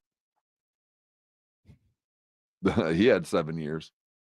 Yeah, I mean, there ain't no waiting. You when you are close, you go with everything you've got. Even if you do want to live in that hypothetical, you just burned one. You just burned there one. There went right one. now. That's right. Now we're down to 6. So you just burned one, and if you don't take the second one seriously, now you're down to 5, and you have no idea what lurks and what waits and what lives around the corner amongst any of the other 5. So yeah, 7 years seems like an eternity. But you know what happened 7 years ago? 7 years ago, had a guy with big hands. That too. But 7 years ago, we were coming off of the 28-3 Super Bowl. That feels like forever ago. Right. You know what I'm saying? Like, and it also feels like 5 minutes ago at the same time. And if you had told Patriots fans like, oh man, or if you had told Falcons fans, oh man, you're never going to come close again, they would have said, no way. We were up 20. Yeah. So you just have no earthly idea what is going to happen. Each one is precious. And I respect that Oklahoma City understands that. I don't know that I want to follow them completely and totally, but I respect the way that they're willing to kind of adjust on the fly. After last night's performance, where do you put Shea in the MVP balloting? Because there's lots of MVP chants going on. He's third. Sure. I mean, I'm fine with that. Hey, don't go out on a limb. I mean, I don't have like a passionate. Because I don't think he strikes me as an MVP. Their team is so well rounded. Right. I hate to penalize him for that because we hate that Wemby's gotten penalized for certain things, but they're just so well rounded that it's hard to see any kind of specific care. And I'm not saying that doesn't happen at all, but it doesn't happen commonly or frequently enough to where you're like, oh man, like, and some of that, again, it's a weird kind of crime when you're on a good team, because you look at somebody like Luka. J4's in the comment. Luka's caring of the Mavs is right. There's such a separation. You're right. Exactly. It's just, it doesn't happen that same way. And that's unfortunate on the accolade side of things for Shea, because he is, top 5 in the league. There's no question about that. But you get the sense that everybody around him is also so good that if he didn't do it, it wouldn't be that big of a deal. That they'd still probably beat you. Isaiah Joe? What? That guy was on fire. So good that they sat Gordo. And because he didn't play, they set a record. First time an NBA team had all of their points scored by players under 25. And we're going to look about other guys that are under 25 that are available for the NFL tonight. The betting odds, who's going early? What are the Cowboys going to do? Oh, my goodness, so many questions, and they will all be answered tonight live, starting right here at 6 o'clock, as we have your gavel-to-gavel draft coverage starting this evening and carrying you all the way through. Coming back, we're talking about it. He's RJ, I'm Rob. Hang around. We have fun with this. This is the Morning Huddle here on 94.1 San Antonio Sports Star. It's the 2024 NFL Draft on 94.1 San Antonio Sports Star. We're the 24th pick. The Dallas Cowboys select. Tonight, Friday, and all day Saturday, join 94.1 San Antonio Sports Star for this year's NFL Draft, live from Detroit. I love the tenacity and the aggression with which he plays. He is a mauler. Who do the Cowboys and Texans pick? Does Jerry make a splash? Who goes number 1? And who's the next Mr. Irrelevant? The Houston Texans select C.J. Stroud. You don't ever want to pass on the guy you ought to be taking there, but still be position select. I thought Sauce Gardner would be the first corner, but you go back to 2019, and that version of Derek Stingley is as good as anybody in this entire draft class. Find out right here on your exclusive home for the NFL Draft. 94.1 San Antonio Sports Star. Have you gotten your hands on Southern Recipe small batch pork rinds at HEB yet? Southern Recipe small batch black bone carb high protein crunch. Turn snack time from ordinary to extraordinary with flavorful pork rinds. Pick up your favorite flavors of Southern Recipe small batch pork rinds at HEB today. Hey, this is Rob Thompson for Tri-County Meat Market, your locally owned full-service meat market. Tri-County has 2 great locations, Huebner Road and Ralph Fair, stocked full of everything you need to up your grilling game. You're looking for the perfect cut of beef, they've got it. And if they don't have it, they'll cut it for you. Roast chicken, prepare foods, they've got it. The 5 for $25 is always in play. If you're a first responder, 10% off the best meat you're going to find. Tri-County Meat Market. Head over to either location, put some good meat on the grill, and thank me later. By texting 64,000, you agree to receive recurring automated marketing messages from Babbel. Message and data rates may apply. No purchase required. Terms apply. Available at babbel.com/TNC. I want to learn how to cook, but I keep ordering takeout. Accomplishing goals is hard, but when your goal is to learn a new language, Babbel makes it easy. In just 15 minutes a day, Babbel will help you start having conversations in as little as 3 weeks. So when someone asks, "How's your French going?" you can say, Babbel facilite grandement l'apprentissage d'une nouvelle langue. Now try Babbel free. Just text radio to 64,000. Text radio to 64,000. Okay, guys, we got to put our trays up for takeoff. Where's Dad? Oh, he's in the back. We could only get 3 seats together. Daddy has my pillow. We'll get it later. Can you not put your feet up, please? Why aren't we going?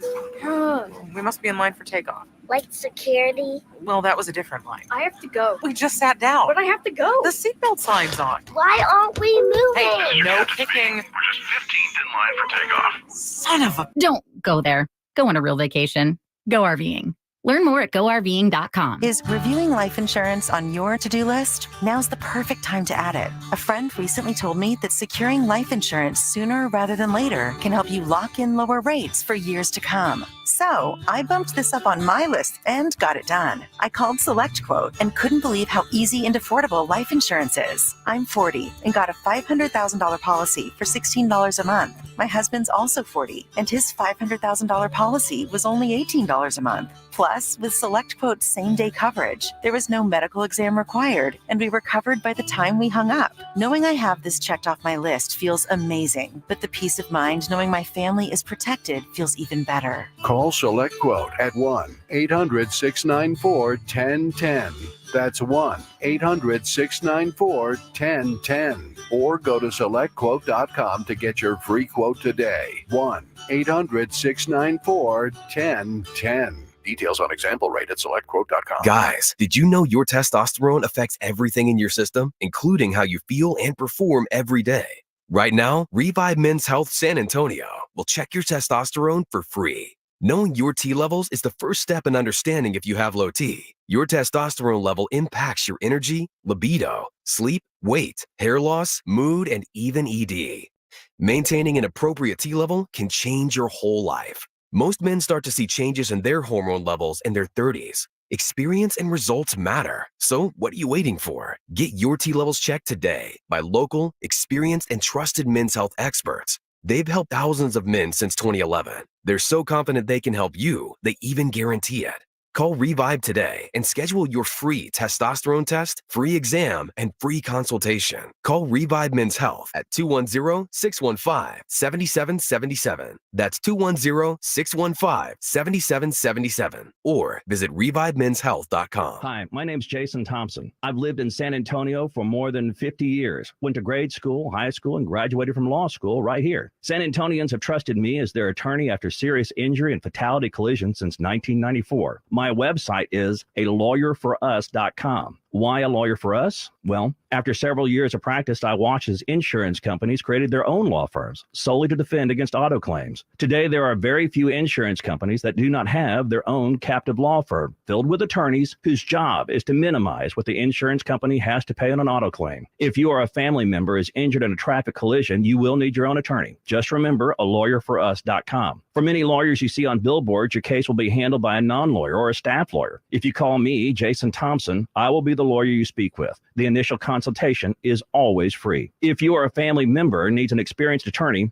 you can trust, I want you to call me, Jason Thompson. My number is 900-0400. That's 210-900-0400 or alawyer4us.com. 94.1 FM.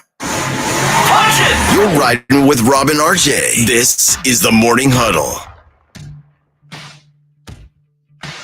Yes, you are. Keep riding along. Don't mind them brake lights.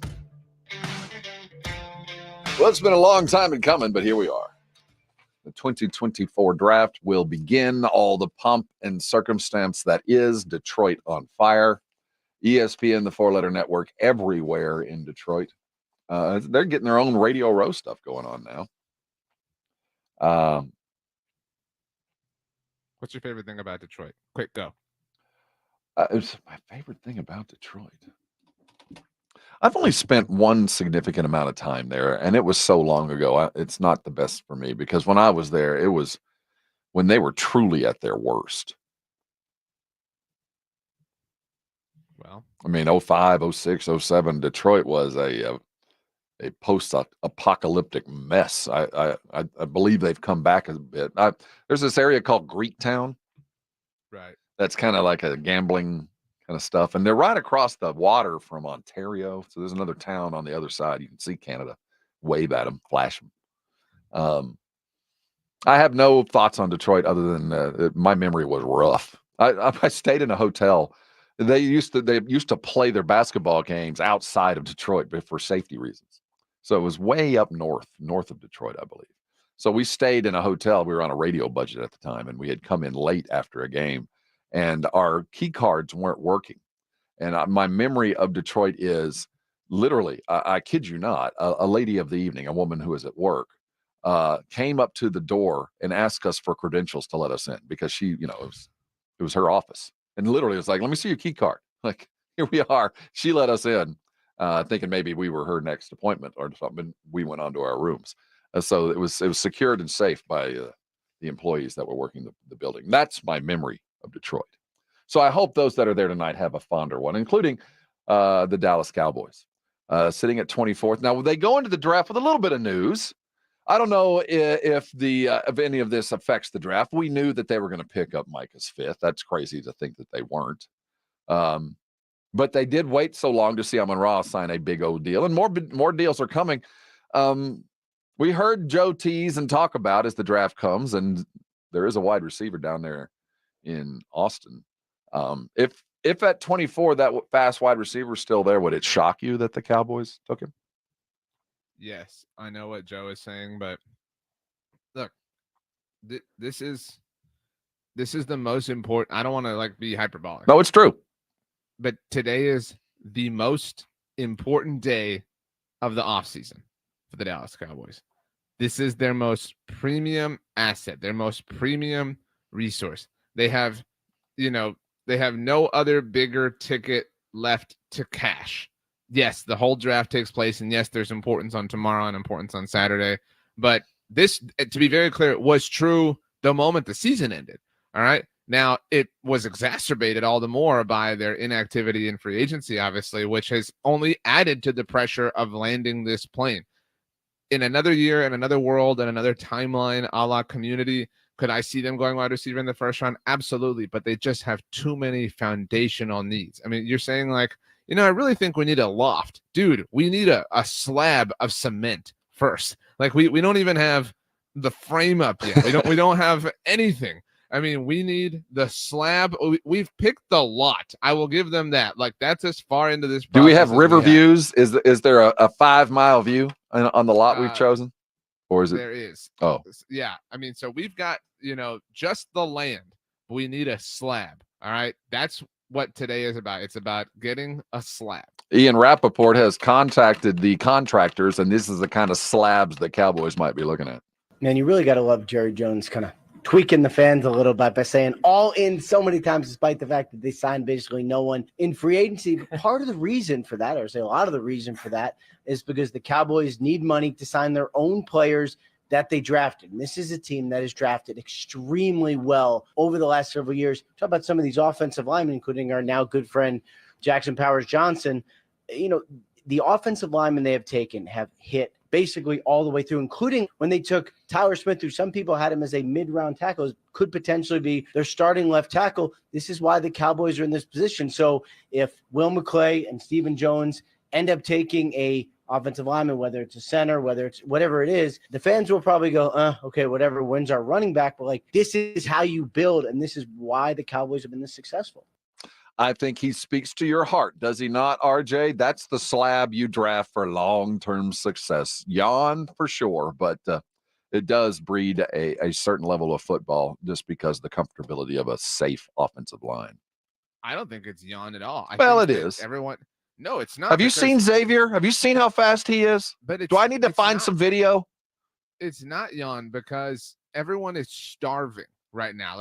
We have been in the desert wandering. And so what you're saying is like, dude, I've got like a gallon of water and a pack of Ritz crackers. I'm sorry, that's yawn. This isn't yawn, man. Like, we need food. No, okay, RJ. nutrients. I'm gonna match one of your phenomenal analogies to one that maybe. Did you ever watch the series? It's been a couple of years back. The presidential series with Martin Sheen and. Are you talking about Designated Survivor? No, it was more. It wasn't like that. It was With Martin Sheen. Yeah, he was the president.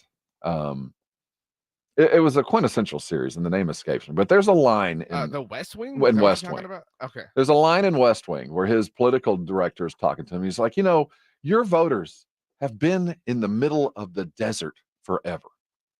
All we've got to do right now is paint them. We don't even have to give them an optical illusion. We have to give them an oasis. And if we do that, they'll drink the sand.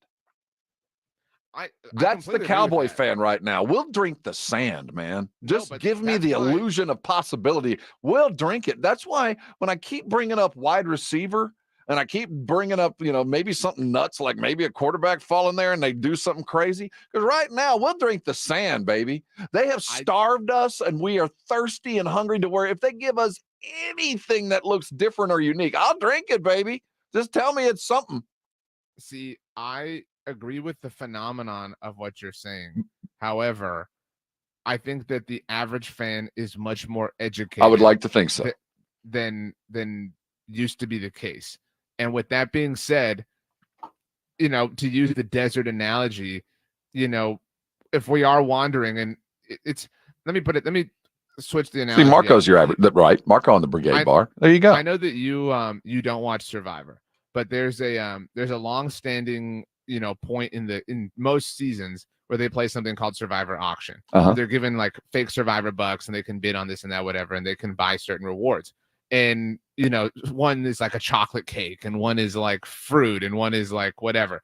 And so if you'd been on Survivor and if your body was just famished, you'd been eating nothing but rice for 10 days, there is no way that I'm choosing a chocolate cake or a cup of coffee or cookies over, any kind of standard protein. There's a lot of people who I don't know about that, my brother. Now we're getting deep into the weeds on Survivor, but there's a lot of times where they'll have a feast and they'll have alcohol available to them.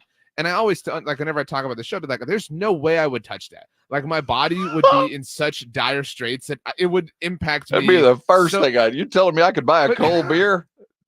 Everything I got. But you get the point, though, that it would impact you so severely relative to your normal standing. And so I think that everyone's able to have that kind of contextualization here. I think that the average fan in a larger sense is able to say, look, all this stuff sounds great. Yeah, cool, fast wide receiver, but we need basic fundamental nutrients right now. I think that more people than in the past are able to identify that. And that's why there's nothing not sexy about an offensive lineman to the general consensus in my mind, because I think most people are hip to the idea that they need that help. That, yes, there are people who want the toy and who would be like, oh, give me the chocolate sundae. Let's do it right now, Jeff. Put the sprinkles on. I'm going to eat it. I'm going to chug it. And yeah, you got that six-pack behind you. By all means, I have nothing in my body. I will eat nothing but ice cream and beer. But most people are saying we need something that we can build off of that can provide us energy for the long haul. And that, of course, is exactly as we have seen on our brigade bar, because the guys that listen, and ladies, of course, Ms. Becky, and all the others that listen to us on the regular basis are very intelligent for you, because of you. And you've been highlighting the inadequacies of the Cowboys for a long time, especially over the last several weeks. So Ian Rappaport has said the offensive lineman is the way to go. Mike Garofalo, he of the NFL Network, he has his perspective. Let's listen to this pundit. Jackson Powers Johnson is a guy that the Steelers at 20, I think, are the first opening of the window for him as far as teams that could use a center. I would put the Cowboys in that as well, so I wouldn't be surprised if they go offensive line there in the first round. Then you look to the second round for them, because that's when the running backs are going to start coming off the board, and Dallas does still have a need to add to that running back position as well. I know that Mike McCarthy was speaking highly of his running backs as well as Rico Dowdle, but he said we're not done adding to that room. So for me, the story of the Cowboys could be the second round of the draft, because we're not expecting expecting any running backs to go in the first round. The second round is when they're going to start to come off the board, with Jonathan Brooks from Texas being the first one that many are expecting to come off the board, despite the fact that he's coming back from an ACL. That's Mike Garofalo, so the NFL Network. Yeah, go ahead.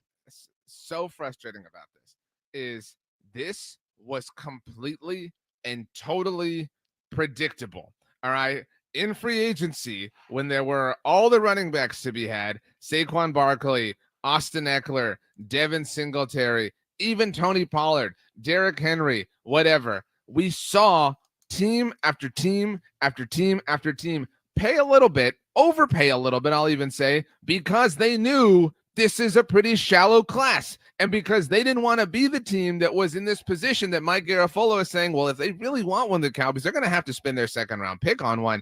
Every team said to themselves, you know what's really valuable? That second round pick. We do not want to be pigeonholed, and we do not want to be in a position where we have to spend that on a position that isn't an efficient one, that isn't an efficient utilization of resources like this. So we'll pay the money right now because it's just cash. Who cares? That draft pick, that represents a 4-year contract for a player that we can maximize the overall efficiency of. The Cowboys said, nah, bet. We're good, bruh. We know how to rock. We're going to sell some T-shirts, all right? You pop rocks and you back off, Rob, because you don't know what the hell you're talking about. They ain't drafting a running back in the second round. I'll eat my hat. They ain't going to do that.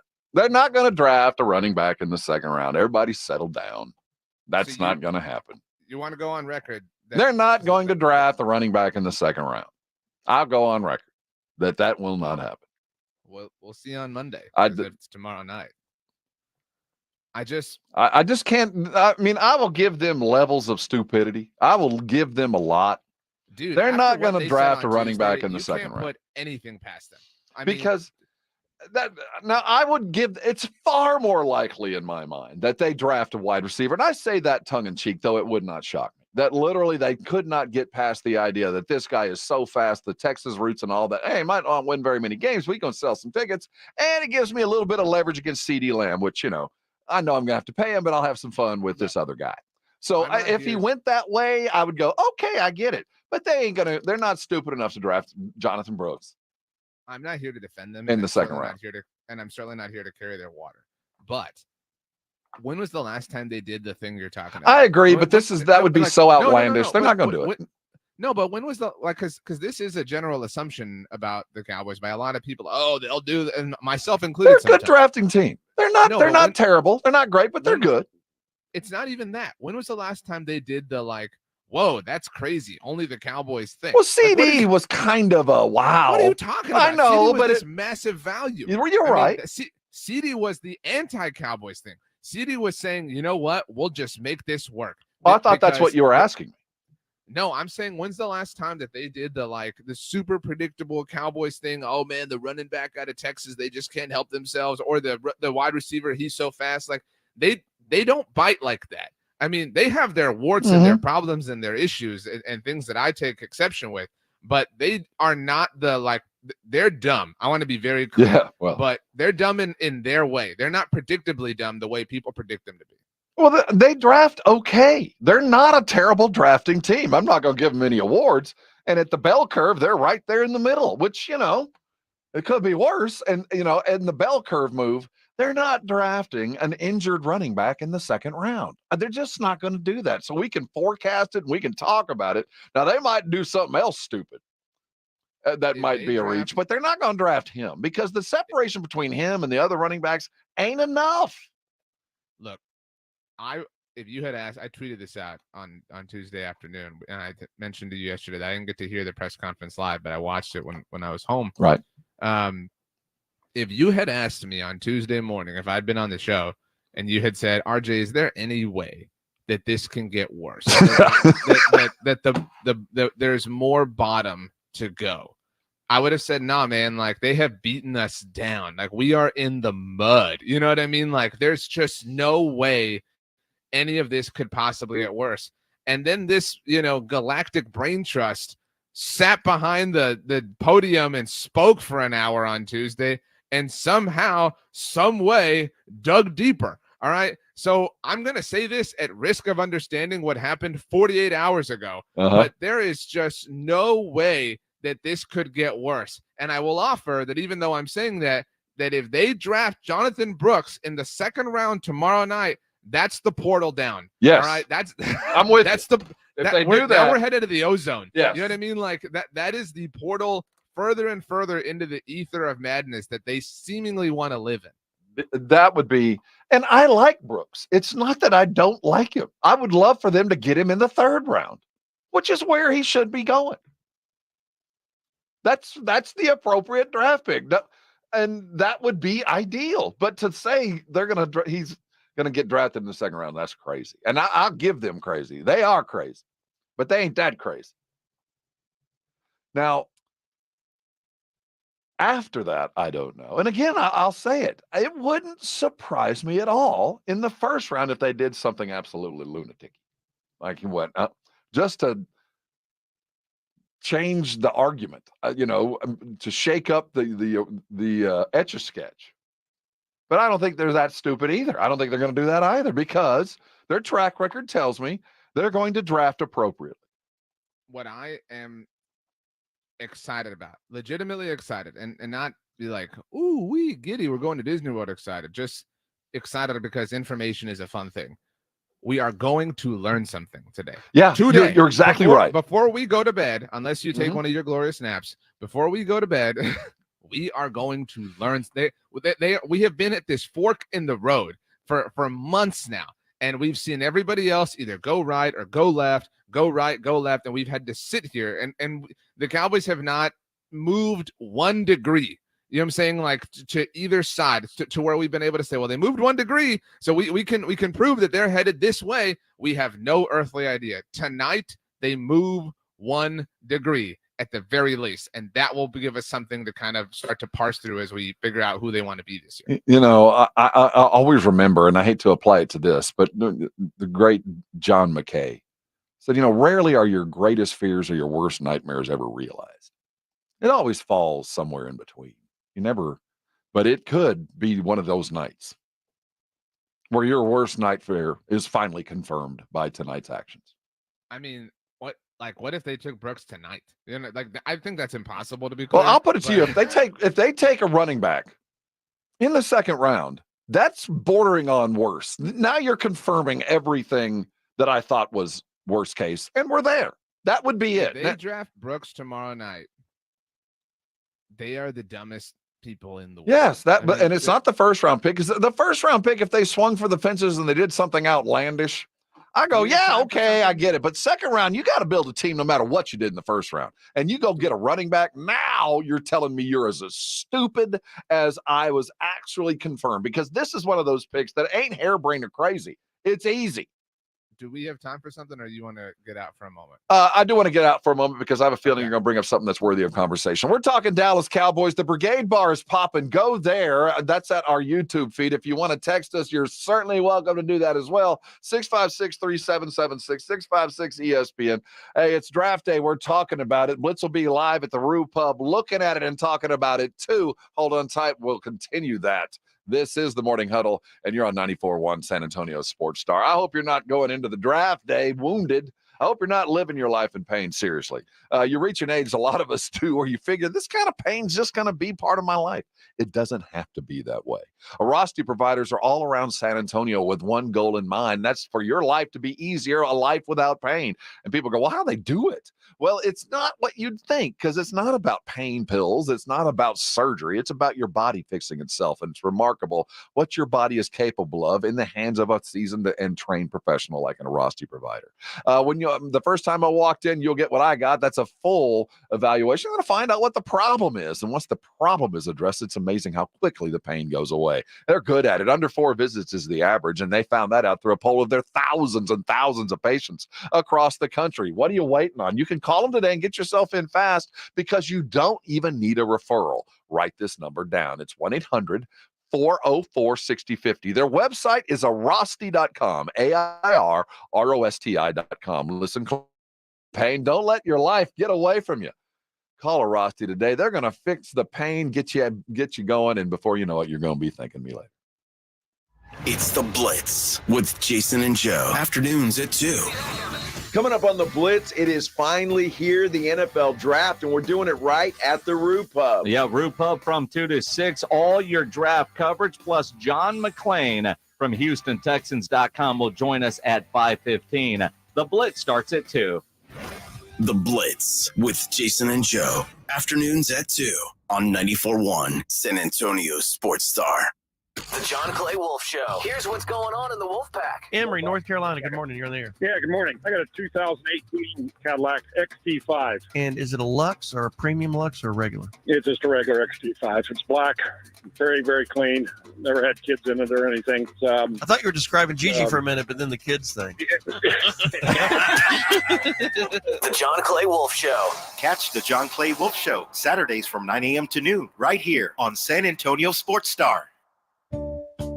Dave Ramsey here. The only water softener I recommend is a quality water softener from Connecticut. It really is the last water softener you'll ever own. ConnecticutSA.com. And tell them Dave Ramsey sent you. If you need bold banners to boost your business, but you're on a budget, think Staples. Posters, flyers, signs, and menus for less? Think Staples. Staples can print anything you need to move your business forward. Now at Staples, save $50 on your print purchase of $150 or more. Same-day service available on hundreds of items if you order by noon. And all backed by Staples' Print Perfect guarantee. So it's done right or it's printed again free. Staples, your local print and marketing expert. And 6-1, visit staples.com/print for details.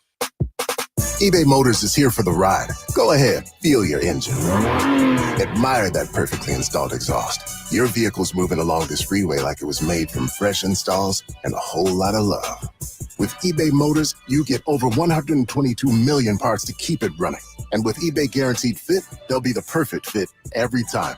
Plus, at these prices, well, we're burning rubber, not cash.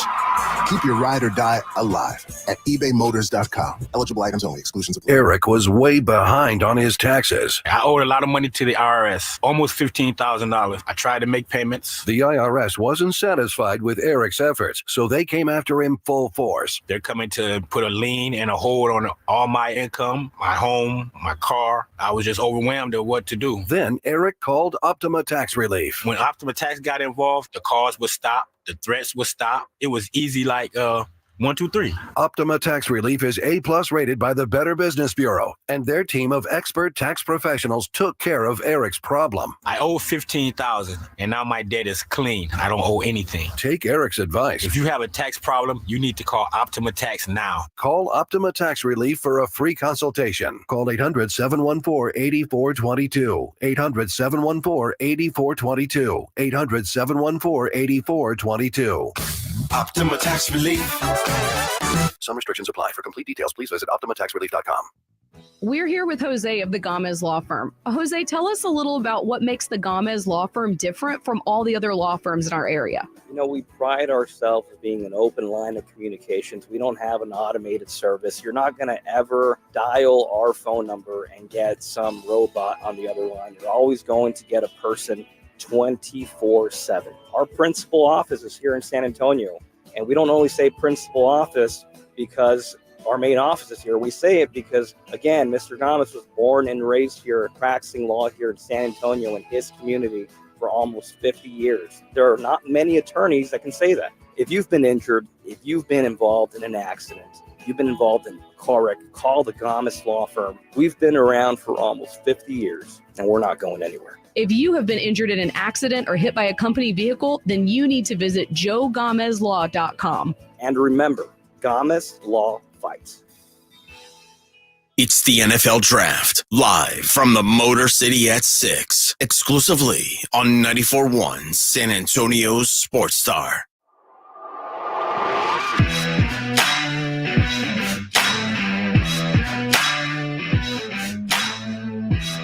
Hey, huddle up. Gather around. Lots to talk about today. That's RJ. Draft day in full. We left with a teaser, left you hanging. What you got, RJ? We're talking NFL Cowboy draft. NFL Network's Jane Slater, friend of the show, friend of the station, who's actually hosting Good Morning Football this weekend. Oh, good. And a fanatical friend of the Cowboy fan from what we saw during the presser the other day. Back for a few days. So she tweeted out right now. So while hosting Good Morning Football, some Cowboy scenarios for night one based on some folks I've been talking to. And so these are Jane's notes. 1, if a run goes on quarterbacks, say Penix moved into the top 10 and a tackle slides. If you're a Cowboys fan, you want to see all the quarterbacks go. You want to see quarterbacks go and push tackles, push skill position players. So if that happens, they could go up and get a tackle. And the Cowboys could, Jane is saying, using 2025 draft stock. Now, it's worth mentioning the Cowboys are currently projected to receive about 3 compensatory picks in 2025. So they could deal their current picks right now. Whoa, slow down.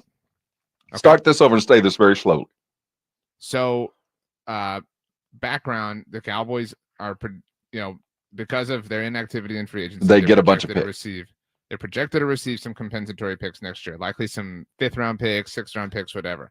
So Jane is saying if Penix moves into the top 10, that would push a tackle at least down because of the math of it all. So the Cowboys could trade up using 2025 draft stock. They don't currently have those comp picks, but they could deal what they have now in anticipation of getting replenished by way of the comp picks. So continuing with Jane's note. 2, if the 2 offensive linemen they love aren't there, they could trade down. So there's 2 offensive linemen. Guyton and who? I really don't know. But she says pick up running back Jonathan Brooks and get a tackle in the 2nd and possibly a center in the 3rd. So this is Jane's note. Biggest concern. Eagles picking at 53 and could grab Brooks before the Cowboys at 56. I want to come back to this. She adds offensive line, Graham Barton out of Duke, Tyler Guyton obviously out of Oklahoma, guys to keep an eye on, and even Amarius Mims. Now, Guyton is who Daniel Jeremiah had mocked. Is that Florida State? Final mock? Is he the? No, he's Oklahoma. Oh, no, that's right. He's Oklahoma. But Guyton has been the popular mock this morning in the final mocks. It was Peter Schrager and Field Yates. Both had Guyton going to the Cowboys. But the only thing I would push back on Jane, and she knows better than me, so I'm not going to doubt her, but she said the biggest concern is the Eagles picking at 53. I don't see them taking a running back. They just paid Saquon. Yeah. I don't see why they would go get a running back. I don't buy that one. So, and also, I hate the fact that I'm predicating what I'm going to do according to what I think Philly might do. I've never been a planner like that. I expect them to do certain things, and I have a plan B in every scenario, but I'm not planning my draft according to what another team might or might not do. They're living in my head. I would push back and say that you're doing this wrong. Then no. I'm just not going to. I'm not going to plan according to what I think, and I'm going to plan according to what I need and have a plan A and a plan B. I'm not going to plan anything according to what I think another team might be doing. I'm just not going to do that. Now, you can say I'm doing it right or wrong, but once you start getting lost in the weeds by somebody else's thoughts, I think you get lost altogether. So I think the Cowboys come into it like, this is what we're going to do. And we're going to have a plan A, a plan B, and plan C at everything. But I'm not going to do anything especially when I started, they might draft a running back. They just paid Saquon. But I do like that idea. I do like that. And again, coming back to it with Jerry, it would be me here. I'm sorry. Is Jane, if I'm understanding this correctly, she's saying if the 2 this is the word for word. If the 2 offensive linemen they love aren't there, she's presumably talking about at 24. They could trade down. I'm fine with that. Jonathan Brooks and get a tackle in the 2nd and possibly a center in the 3rd. So if I'm understanding this correctly, she's saying it's possible that they could trade down in the 1st round and grab Brooks later, and take Brooks then in their down spot in the 1st, because she says pick up running back Jonathan Brooks and get a tackle in the 2nd and possibly a center in the 3rd. Well, so if I'm understanding that correctly, she's offering that Brooks could be their first round pick, not at 24, but beyond that, and pick up a tackle in the 2nd and a center in the 3rd. This would be DEFCON 1. This is our pets' heads are falling off. This is, but I will say this: anything after about 25 is a 2nd round pick anyway. So if they're trading way back, if they take Brooks in the 2nd. I agree. It's a 2nd round pick, and that's the stupidest thing they could have done. We'll continue looking there. NBA got interesting last night. Road teams are winning, so it must be the playoffs, right? We're talking about the NBA and the Spurs next. KTFM Floresville. This is 94.1 San Antonio Sports Star, your home for the Aggies. One of the preeminent researchers in the field of gratitude, Robert Emmons, writes that grateful people experience higher levels of positive emotions, such as joy and optimism, as well as being protected from the destructive impulses of envy, resentment, greed, and bitterness. So what would your life be like if you experienced and practiced more gratitude? And what impression would your life of gratitude have on others? And here is a bit of encouraging news. You can actually grow in gratitude. And there are 2 simple words that help us do that. Recognize and acknowledge. Recognize and acknowledge. Gratitude begins with recognition that something good has come into your life. Acknowledgement is recognizing the giver attached to the good gift. In other words, it's about seeing good and saying thank you. It can start with the giver of all good things, God the Father. This is Mark Absher with the MacArthur Park Church of Christ. Visit our church online at macarthurchurch.org. The MacArthur Park Church of Christ, connecting God and people. QC Kinetics announces the arrival of National Medical Director Dr. Mitchell Scheinkup, an acclaimed orthopedic surgeon with 2 decades of experience and extensive research in regenerative medicine. But I was one of the first orthopedic surgeons to do it. And at the same time, I integrated clinical research that's resulted in several publications that are really directing the future of regenerative medicine. I was drawn to QC Kinetics after I reviewed their protocols, and everything they were doing is consistent with my own approach. Today, Dr. Scheinkup leads the entire team of medical professionals at QC Kinetics, taking this exciting medical breakthrough to a whole new level. What we are doing at QC Kinetics is transforming lives. Get lasting joint pain relief. Call QC Kinetics now for your free consultation. This is the future of medicine. Call QC Kinetics, 210-571-0318. That's 210-571-0318. 210-571-0318. Now your ideas don't have to wait. Now they have everything they need to come to life. Dell Technologies and Intel are creating technology that loves ideas, loves expanding your business, evolving your passions. We push what technology can do, so great ideas can happen right now. Find out how to bring your ideas to life at Dell.com. Welcome to Now.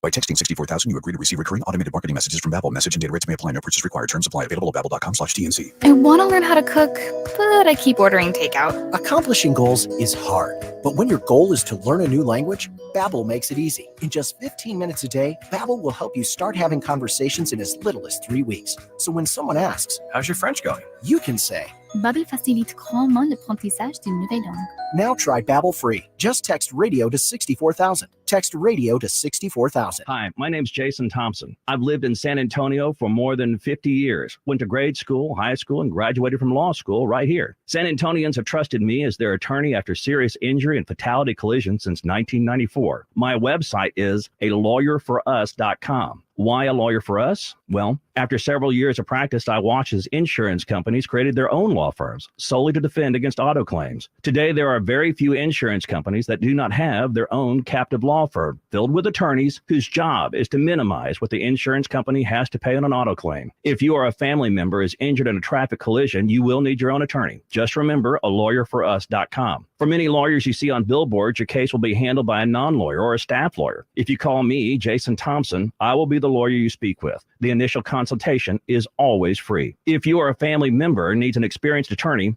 you can trust, I want you to call me, Jason Thompson. My number is 900-0400. That's 210-900-0400 or alawyerforus.com. Some people just know the best rate for you is a rate based on you with Allstate, not one based on Carol. She's more focused on hitting a high note than the car in front of her. Why pay a rate based on anyone else? Get one based on you with DriveWise from Allstate. Not available in Alaska or California, subject to terms and conditions. Rates are determined by several factors, which vary by state. In some states, participation in DriveWise allows Allstate to use your driving data for purposes of rating. While in some states, your rate could increase with high-risk driving. Generally, safer drivers will save with DriveWise. Allstate Fire and Casualty Insurance Company and affiliates, Northbrook, Illinois. I feel good. Dad, are you singing to your cereal? Yes, I am. Like I knew that I would. No, a dance too? Come on, Ava. Silk almond milk starts the morning on a high note. Yow! Songs, dances, and dad jokes. So good. So good. I got you. Silk almond milk. With calcium, vitamins A, D, and E. Feel plan good. From the George Salinas Personal Injury Attorney Studios, you're listening to 94.1 San Antonio Sports Star. San Antonio's Sports Center. The NFL draft has arrived. It gets going tonight at 6 o'clock, live right here on San Antonio Sports Star. The Cowboys will pick at number 24. They've upped on Micah Parsons, gave him his fifth-year option, $21.3 million worth. In Major League Baseball, the Texas Rangers have a first pitch today against Seattle at 1:35, and the Astros, they dropped their four straight to Sports Chicago. Center is brought to you by Buyers Barricades, the Texas Authority in Barricade Rental. BuyersBarricades.com. How good you want to be?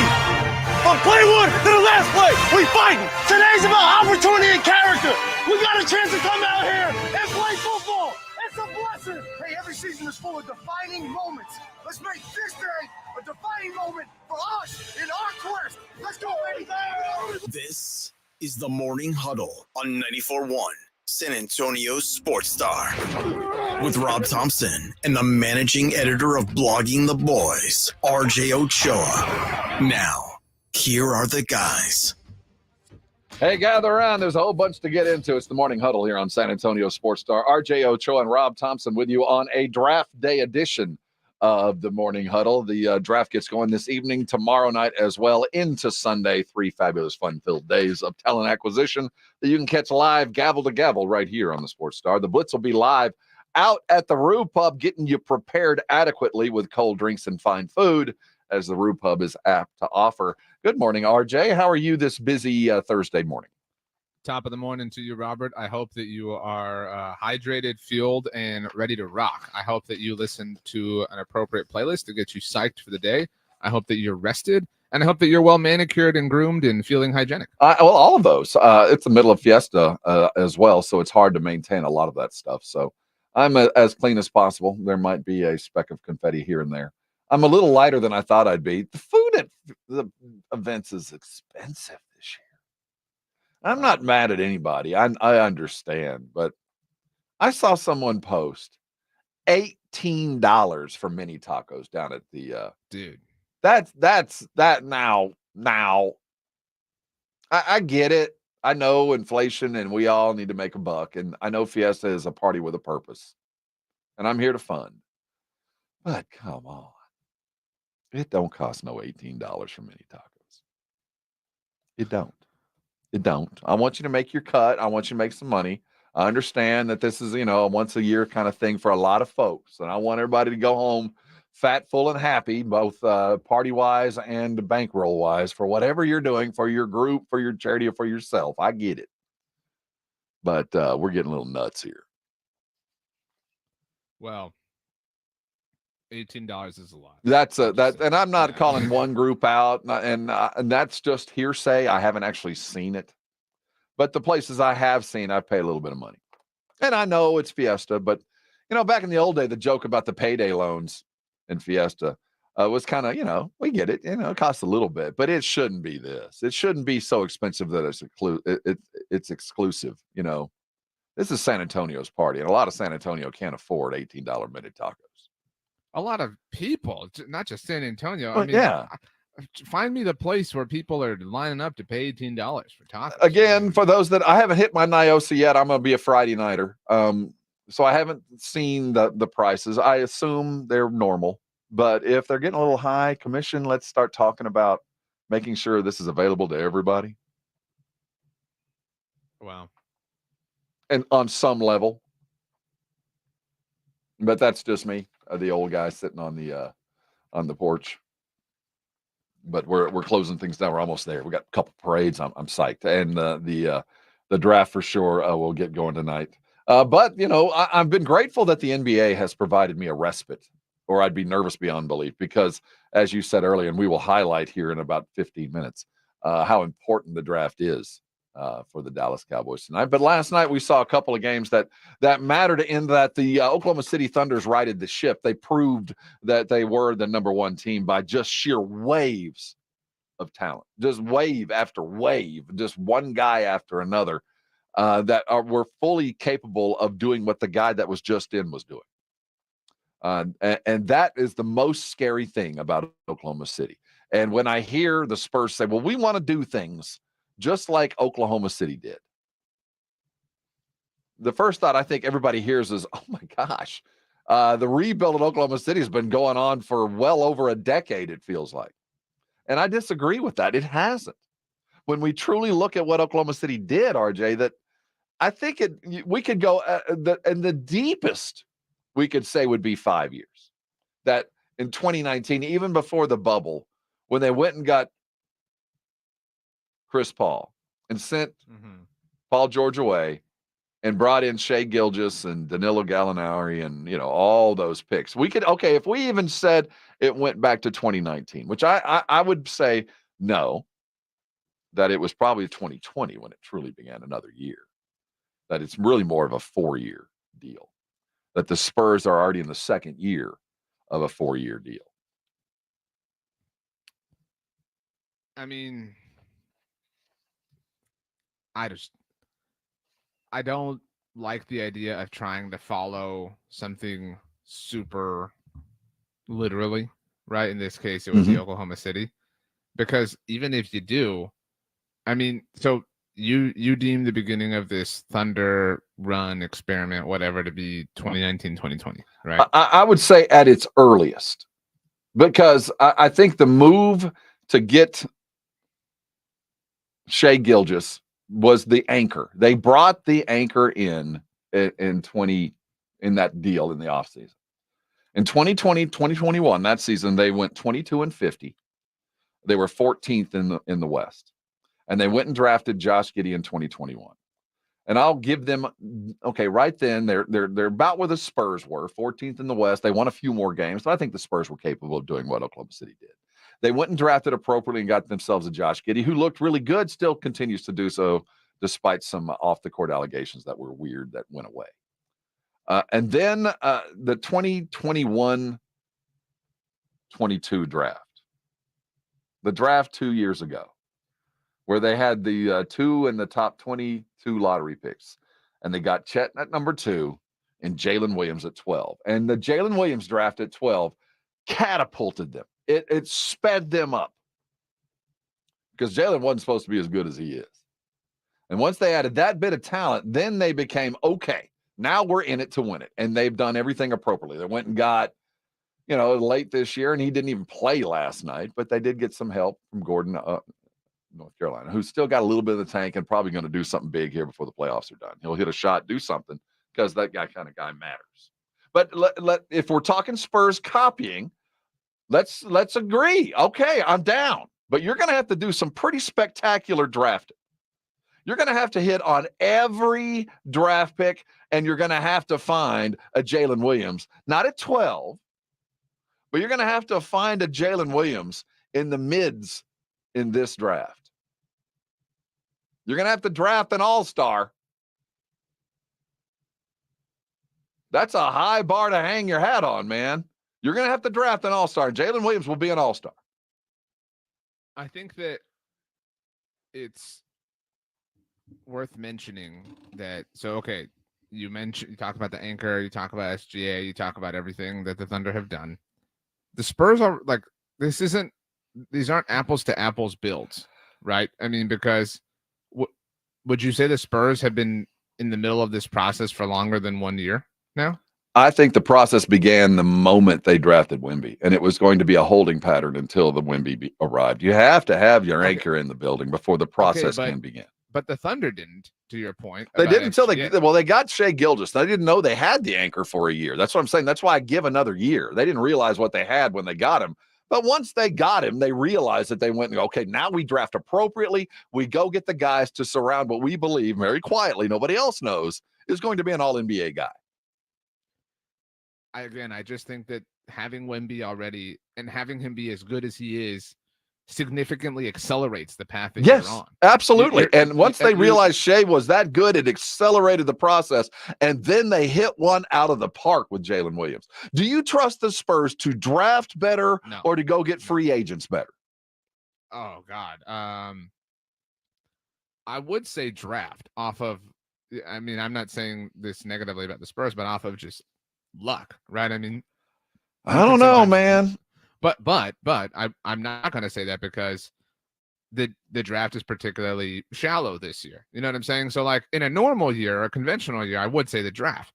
but this is the year of all years that you don't want to be building out of the draft. And so I would love to say free agency, but I can't ever, who could ever trust the Spurs to be active in free agency in any era? You know what I'm saying? Like, depending on that is a fool's errand right now. And so, I mean, my answer by default has to be the draft. My concern there is I don't have enough, and what little I do have, I don't see a whole lot there. I mean, we could call drafting Keldon where they drafted him pretty genius. But the fact of the matter is he was misdrafted. We could call that year a pretty good draft because they got Keldon where they were, but keep in mind the guy they drafted before that. And then there's the Primo thing. There's the talent that may or may not be there. We'll never know. But then there was the off-the-field stuff that they obviously overlooked. And in hindsight, from what we have heard in off channels, they knew, even before they drafted him, or should have known, that there was a problem with this kid. The Jeremy Sohan reach, we could debate that till the end. You know, you draft a raw piece of clay, and you're molding it to something that may or may not be great. Returns are still out. So I'm not going to say I trust them to draft well. What do you trust them to do well at all? Well, I trust them to look at like a fast horse and say, that horse is fast. I've seen him run on a professional track, and let's go get him. That's an easy thing to do. We know what guys can do. So if we want the Spurs to get better fast, I'm not sure I even trust them to mimic what Oklahoma City did, because to do that, you're going to have to draft the Jalen Williams at 12, or you're going to have to find some gold early to do this, or all your eggs need to go in the basket of talent immediately, and that would be free agency. Because this draft ain't much there. Next year, maybe. Maybe next year, and maybe the Toronto pick is bounced. Claymore, yeah. I'm looking at this board. I'm looking at the Brigade Bar. How long have they grown together? They're only 25. Not a single player on that team older than 25 scored a bucket. Claymore said, let them grow old together. Grow old? They haven't been percolating together that long. So Oklahoma City, if you're telling me to mind their path, they didn't have a single player last night over 25 that scored, which tells me they got good fast. But that's a really unique way to build a team. Like, really unique. Well, that's what the Spurs are telling me they want to do, this unique thing. So we want to be the 1 in a million. Right. It's a song that's also in. I don't trust them to draft appropriately. One, because I don't think the talent's there even to get, at least this year. But I do trust my eyes, and I trust anybody's eyes when it comes to free agency. Because we know exactly what we're getting. Now, whether the personalities were mesh and all that, that's up to them. But I can tell you, I'd much rather be bringing in free agents right now. I feel like we got enough young dudes on this team.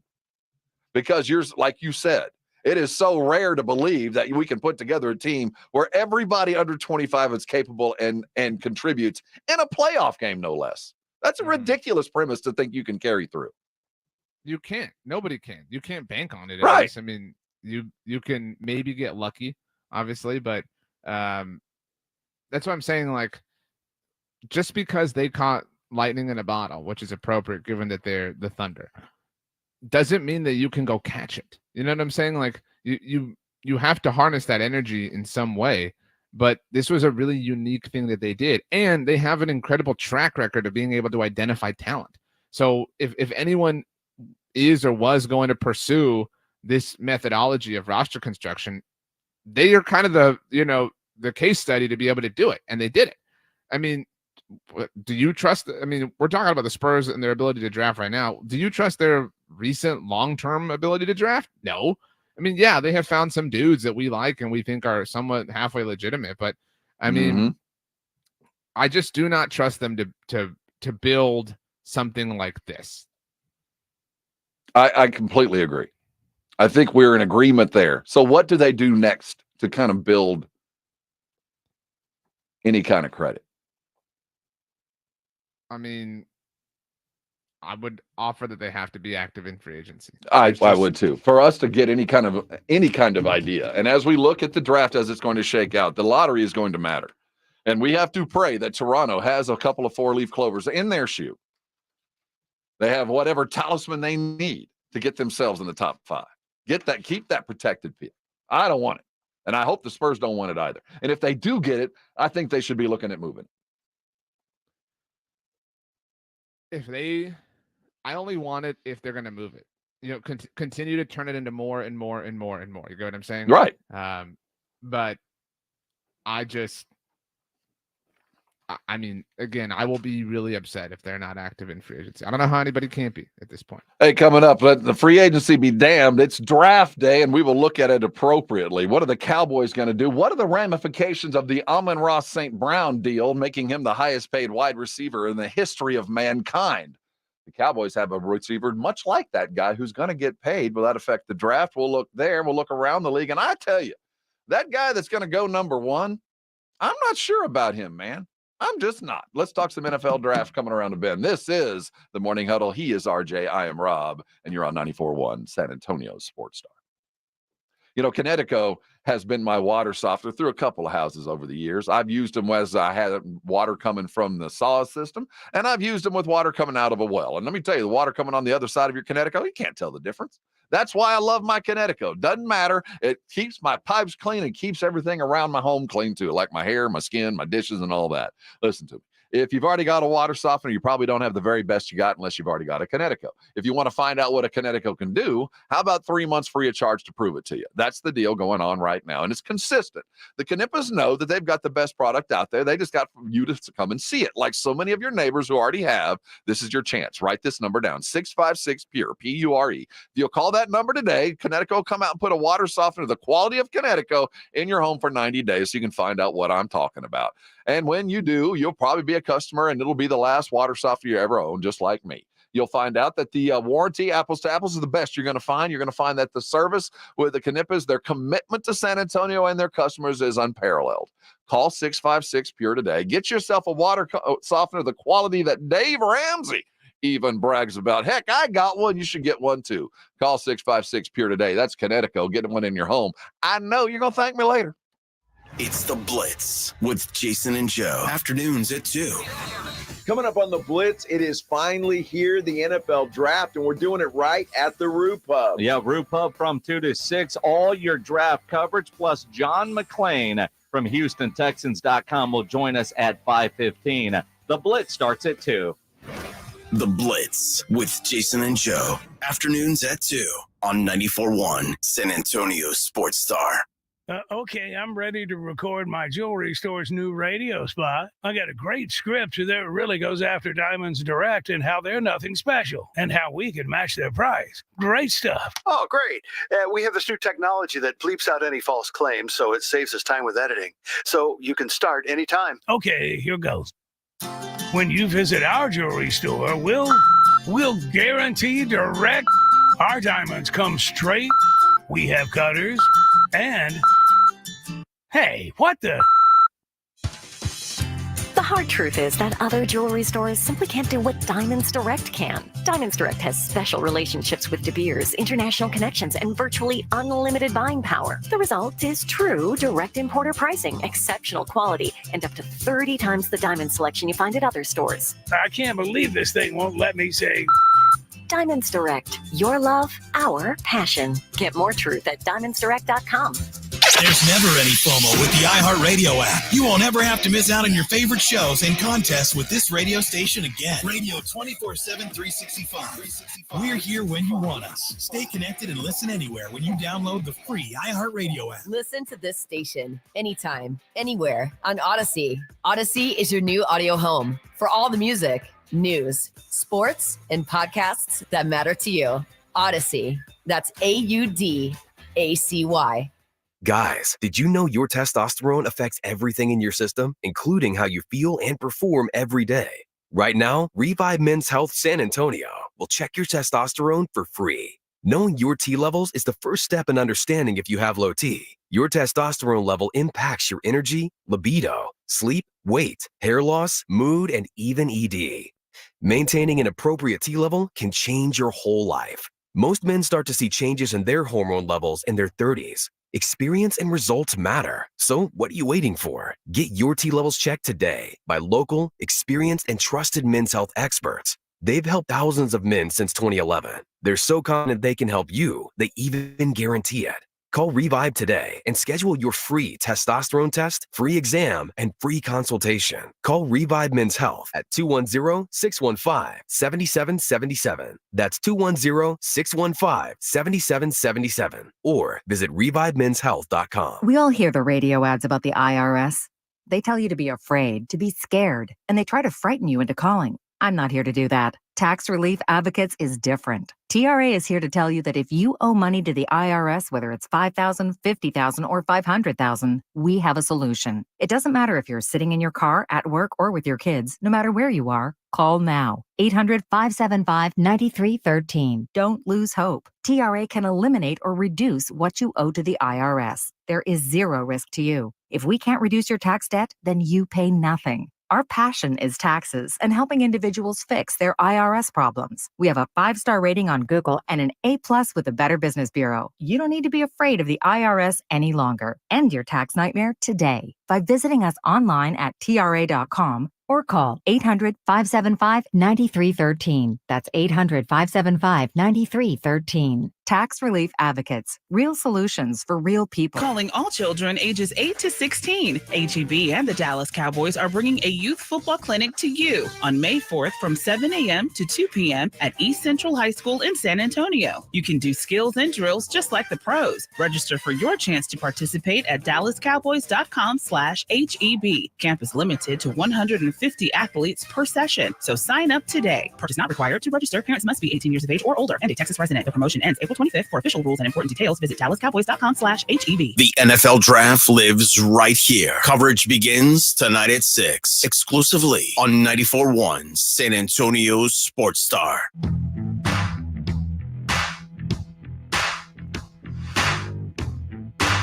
It's the Morning Huddle here on San Antonio Sports Star. Draft day, act appropriately.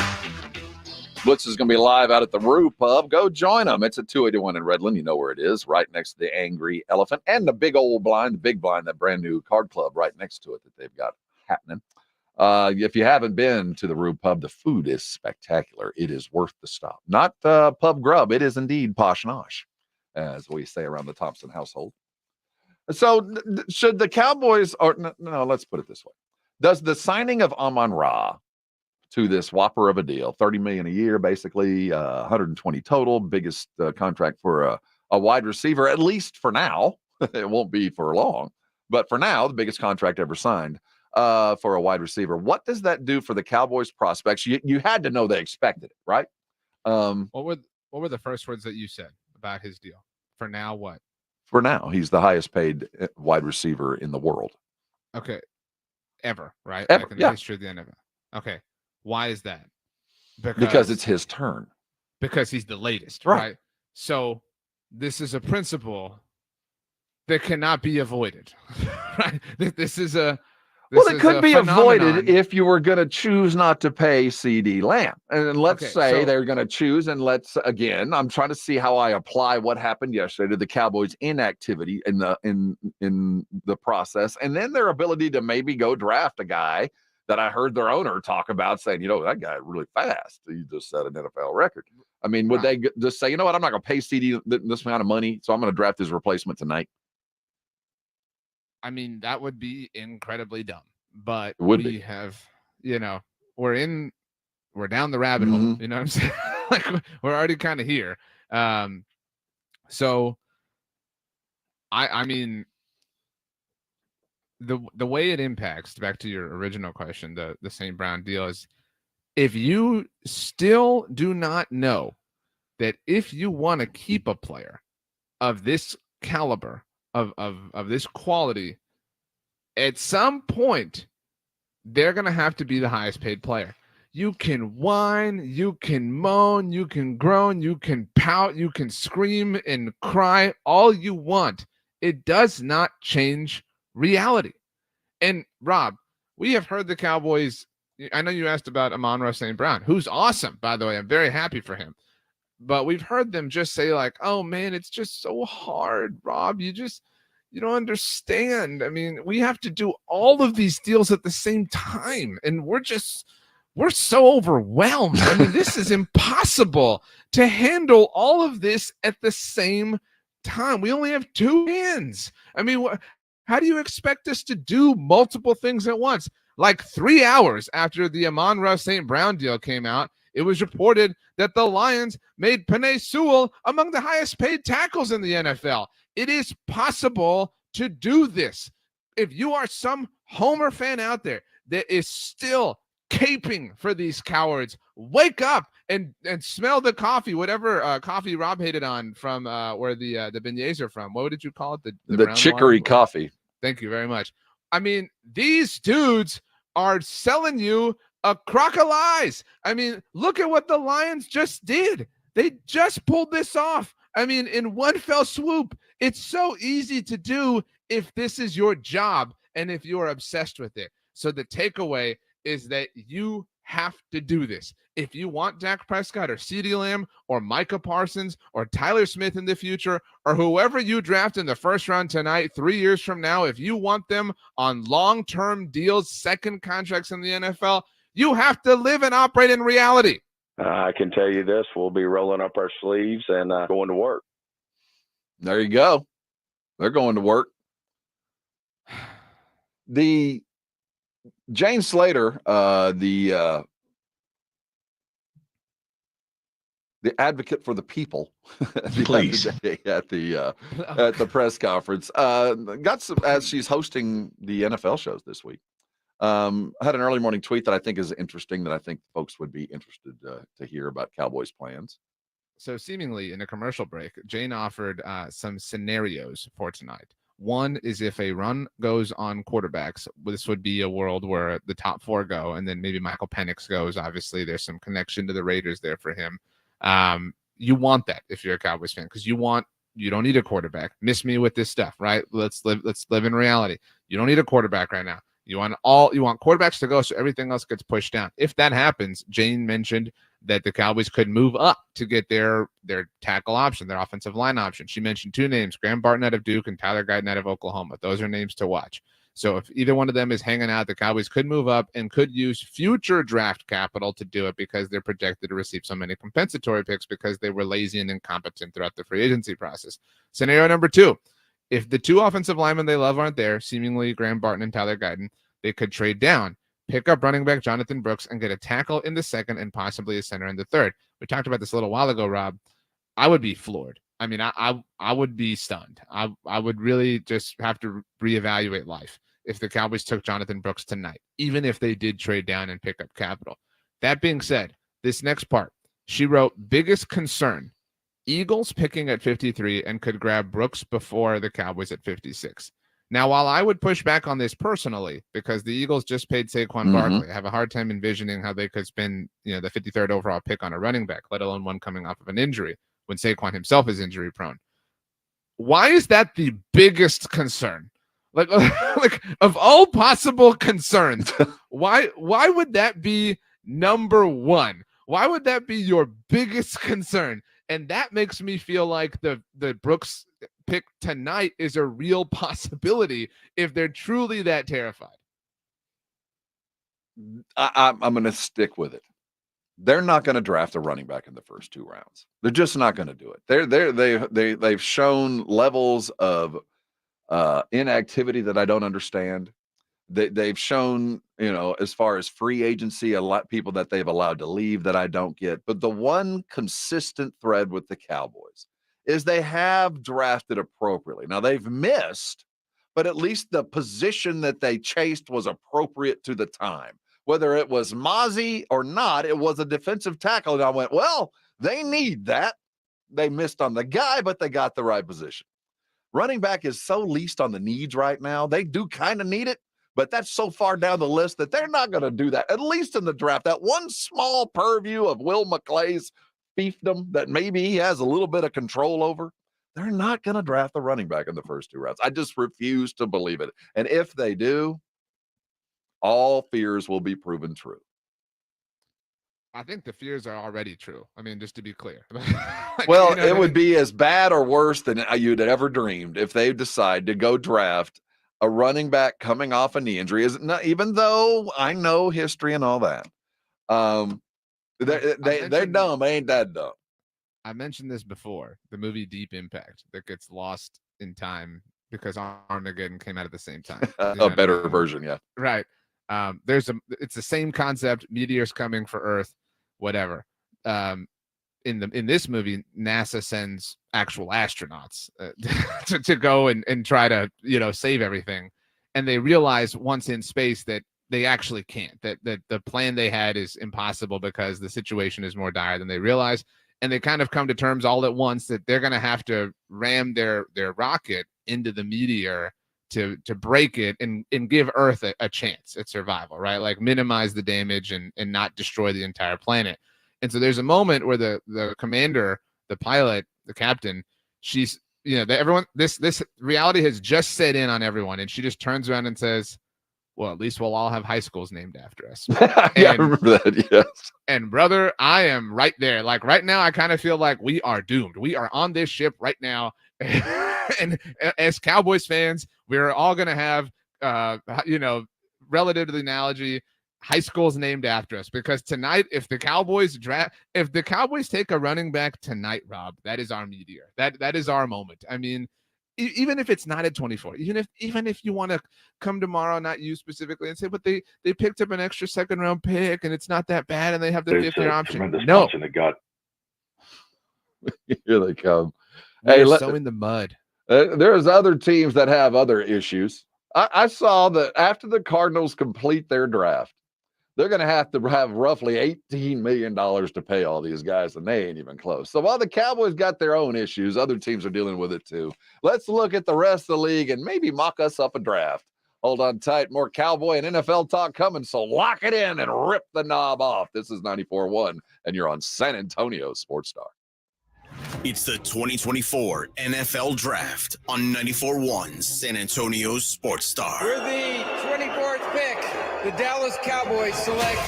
Tonight, Friday, and all day Saturday, join 94.1 San Antonio Sports Star for this year's NFL Draft, live from Detroit. I love the tenacity and the aggression with which he plays. He is a mauler. Who do the Cowboys and Texans pick? Does Jerry make a splash? Who goes number one?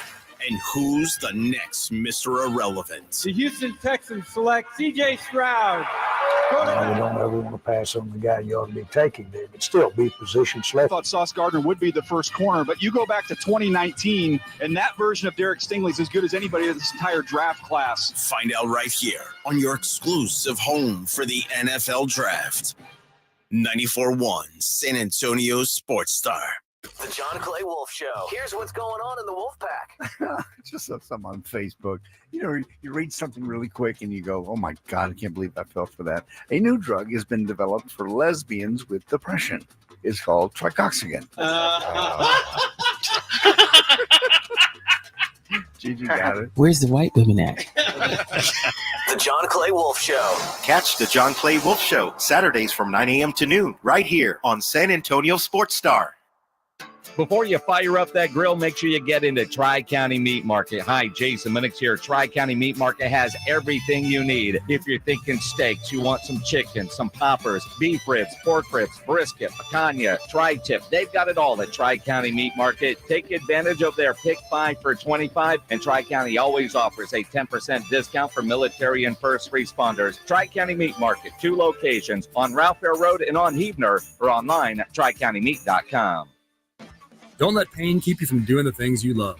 I'm Dr. Jason Garrett from Arasti. At Arasti, we fix pain fast. Whether you've been living with chronic and nagging pain for years, or if you've recently experienced an injury, our goal is to get you out of pain as quickly as possible. Arasti is completely natural and non-invasive. Plus, Arasti accepts most insurance plans. There's a location near you. Visit Arasti.com. That's AIRROSTI.com. Arasti, we fix pain fast. If you get arrested, get out of jail fast by calling AA Best Bail Bonds, 210-225-2121. Text bail to 474747 or online at mybestbailbonds.com. You don't have to call attorneys or anybody else. Don't be forced into a PR bond. If the jail offers you one, make sure you understand the conditions before accepting it. AA Best Bail Bonds. Nobody beats their price. They have payment plans. Call 210-225-2121 or mybestbailbonds.com. License number 149. Hey, it's Rob Thompson here for Prize Picks. It's America's #1 sports fantasy act. 3 million players. Yes, I'm a member. You should remember the code Alamo, and you can get a deposit match of up to $100. Basketball is balling, baby. Football is coming. Baseball is swinging. It is time to go to Prize Picks because you put your fantasy knowledge into action. You know more. You know your less. You know who's better or not. You know what's going on. You're a fantasy player. Put that knowledge to work. I have, along with so many others. And right now, remember the code Alamo, and you can get a $100 deposit match right now. Go download Prize Picks. We love watching Connor McDavid, Jude Bellingham, LeBron James.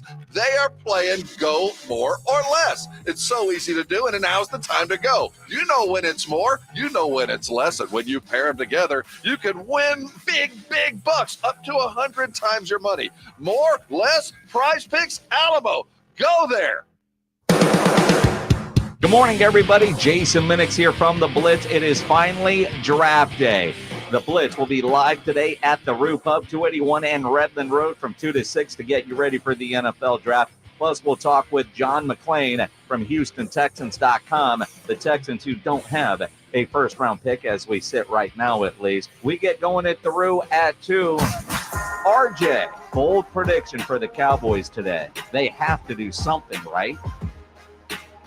Right? You would think. Morning Huddle. Hey, we're drinking sand here on the Morning Huddle. If you don't know what that means, go check out the audio vault. It's brought to you by AA Best Bail Bonds, always available to you at SA Sports Star. We call it the pivot point. It's their audio box central, wherever we've said it's right there. You can catch up if you're just getting here. The draft gets going. Number 1 on the clock, the Chicago Bears. They are going to draft themselves a quarterback. Looks like Caleb is going to be that one. And I will tell you now that they are going to regret it. What? They're going to regret it. Rob, don't do this. Don't There's just something about this guy, man. Please. Oh, my. I'm just. Yeah, that's inappropriate. Please don't. They're going to regret it. I would much rather draft the 3rd quarterback on the board than the 1st. My gosh. I'd rather be in the Texan situation. Let everybody overthink this thing and let me have what's left. What? Because Caleb has everything from the neck down. He really does. But let me tell you, when I watched, there's some things he says and does that I go, talking about accolades, which on its own is one thing, but it seems like he's kind of a prima donna, kind of a diva. And it's one thing to be a diva in Jacksonville or Carolina or Indianapolis. Kids these days. But it's a whole other thing to be a diva in Chicago or New York. That's the no divas allowed there unless you can back it up. And when my memory of him is talking accolades and crying on the sidelines. Hey, you think it's bad losing to UCLA or Washington? Wait till you lose to Green Bay at home. I mean, I think you're being awfully picky, and I mean, maybe your memory is that. Your memory isn't him winning the Heisman Trophy. Your memory isn't him being the best quarterback in college football. There is that, but I'm saying now, when I'm talking at this level, I allow myself to get to the minutia. I allow myself to get past the obvious. Yes, he is by far the most talented quarterback out there, but the most talented guys aren't always the best guys. And there's just something about him where I go, is it when times are tough, is he going to be able to do this? Because it damn near killed Justin Fields. He came through the other side, but and Zach Wilson did not survive. And so many others did not. Okay, so if he's not fit to do it, then what makes you think Jaden Daniels is? I'm not saying that I think I wouldn't draft Jaden. That's why I would rather draft 3rd, because I look the neck up problems with Caleb and the neck down problems with Jaden. Because I look at him and I look at a quarterback running around in Carolina and I kind of see the same guy. Now he's a little bigger. He is. But I kind of see a frail dude in a big man's game. That doesn't mean it won't happen. I mean that he's going to get hurt, but the likelihood of a guy Jaden size getting hurt as opposed to the guy like Anthony, what's his face with the Colts, the guy that got hurt, that did get hurt, even though he's the size. That worries me. So if I'm the GM, I'd much rather draft third. Give me what's left, and I can say that's all that was left. I didn't have a choice. Because there's too many questions on those other two. On this mindset. That being said, you think that it's a no-brainer the Bears take Caleb? I don't think it's a no-brainer. I think it's just a fact. I think it's a fact too, and it's also a no-brainer for most. But I tell you, as far as job security and knowing what I know about quarterbacks and knowing what I know about Chicago, I will gladly not go with you on this. Barely adequate psycho defenses. You want to hear something kind of shocking? What's that? The Commanders have announced that they are retiring Darrell Green's number. Rightfully so. What? No one wants 28 anyway. What do you wear? 28, 26? Yeah, 28. But how he's been in the Hall of Fame forever? I know. How is he? How is he not? I mean, I guess the answer would be Dan Snyder, but and good for them. Like trying to make themselves legitimate. Players like Darrell Green absolutely should have their place, in your building, in your, in your stadium and whatnot. So the pride of Texas A&I in Kingsville, Texas. He's A&M and I-er. Fastest man in the NFL. For a long time. And that other fast guy, the guy that is currently can claim that, will be able to tomorrow. Tonight, maybe. You think maybe tonight, probably tomorrow night, but maybe tonight. Could be a Cowboy for that matter. Your definition of what is all in and mine might not be the same thing. If you were a drafter, who's the best player in the draft? Who's the best player in the draft in your mind? Not Brock Bowers. Brock Bowers is the best player in the draft to you. Yeah. As far as position, effect on the field, things that he'd be able to do, even more than Marvin or any of those LSU wide receivers, the myriad that keep coming from there. I mean, the drop off from Marvin Harrison Jr. to Rome Odunze or Malik Neighbors isn't that significant. No, it's not. So that's why Brock Bowers is the answer. Like you're getting the unicorn right there. But Caleb Williams is not far behind, despite what Rob Thompson has to say about him. I will say with guys like Brock Bowers, I said this earlier in the week, that great teams always have a Brock Bowers, but good teams can't always afford to have one. It's a luxury. There's no doubt about it. He's pegged at the Jets at 10. Is that what I'm saying? That's a very popular mock, yeah. So, whether that happens, I did a podcast last night, and the host was a Jets fan, and he was just like, "What do you think the Jets should do?" And I know this sounds ridiculous, but you're kind of stuck with Aaron Rodgers right now. Like if like you're in, you're pot committed on him. You are. And so, if the question is what should the Jets do, my true answer is whatever Aaron wants. Like you're here. You know what I'm saying? Like you've chosen to get in with Aaron. So you have to kind of live and rock with Aaron right now. There's no point in countering whatever it is. You've just got to steer into the skid right now. If he wants Brock Bowers, so be it. And I would be shocked if he makes it that far, but it's because of the myriad of talent at wide receiver. And as we're looking at two different sides of the coin, and I can kind of reading the tea leaves, and I wonder what the Cowboys are thinking. And before I go any further, I got to ask a question, so it will in fact either reinforce or ruin my premise. How long do the Cowboys have with CeeDee Lamb till they have to? Like deadlines make deals. How long do they have until they have to? This year, you're saying? Yeah, whenever. Is it this year, next year? So how long can they put franchise him? How long do they have to finally do something other than what is a flip of the switch or a protocol point? This season is technically the final season of his rookie contract. Okay. It's his fifth-year option year. So they don't have to do anything right now. Then we could reach next offseason, and the next deadline would be the franchise tag deadline because they would have to decide again if he didn't have a new deal. Okay, we want to place the franchise tag on him, or we have to get a deal done by the franchise tag.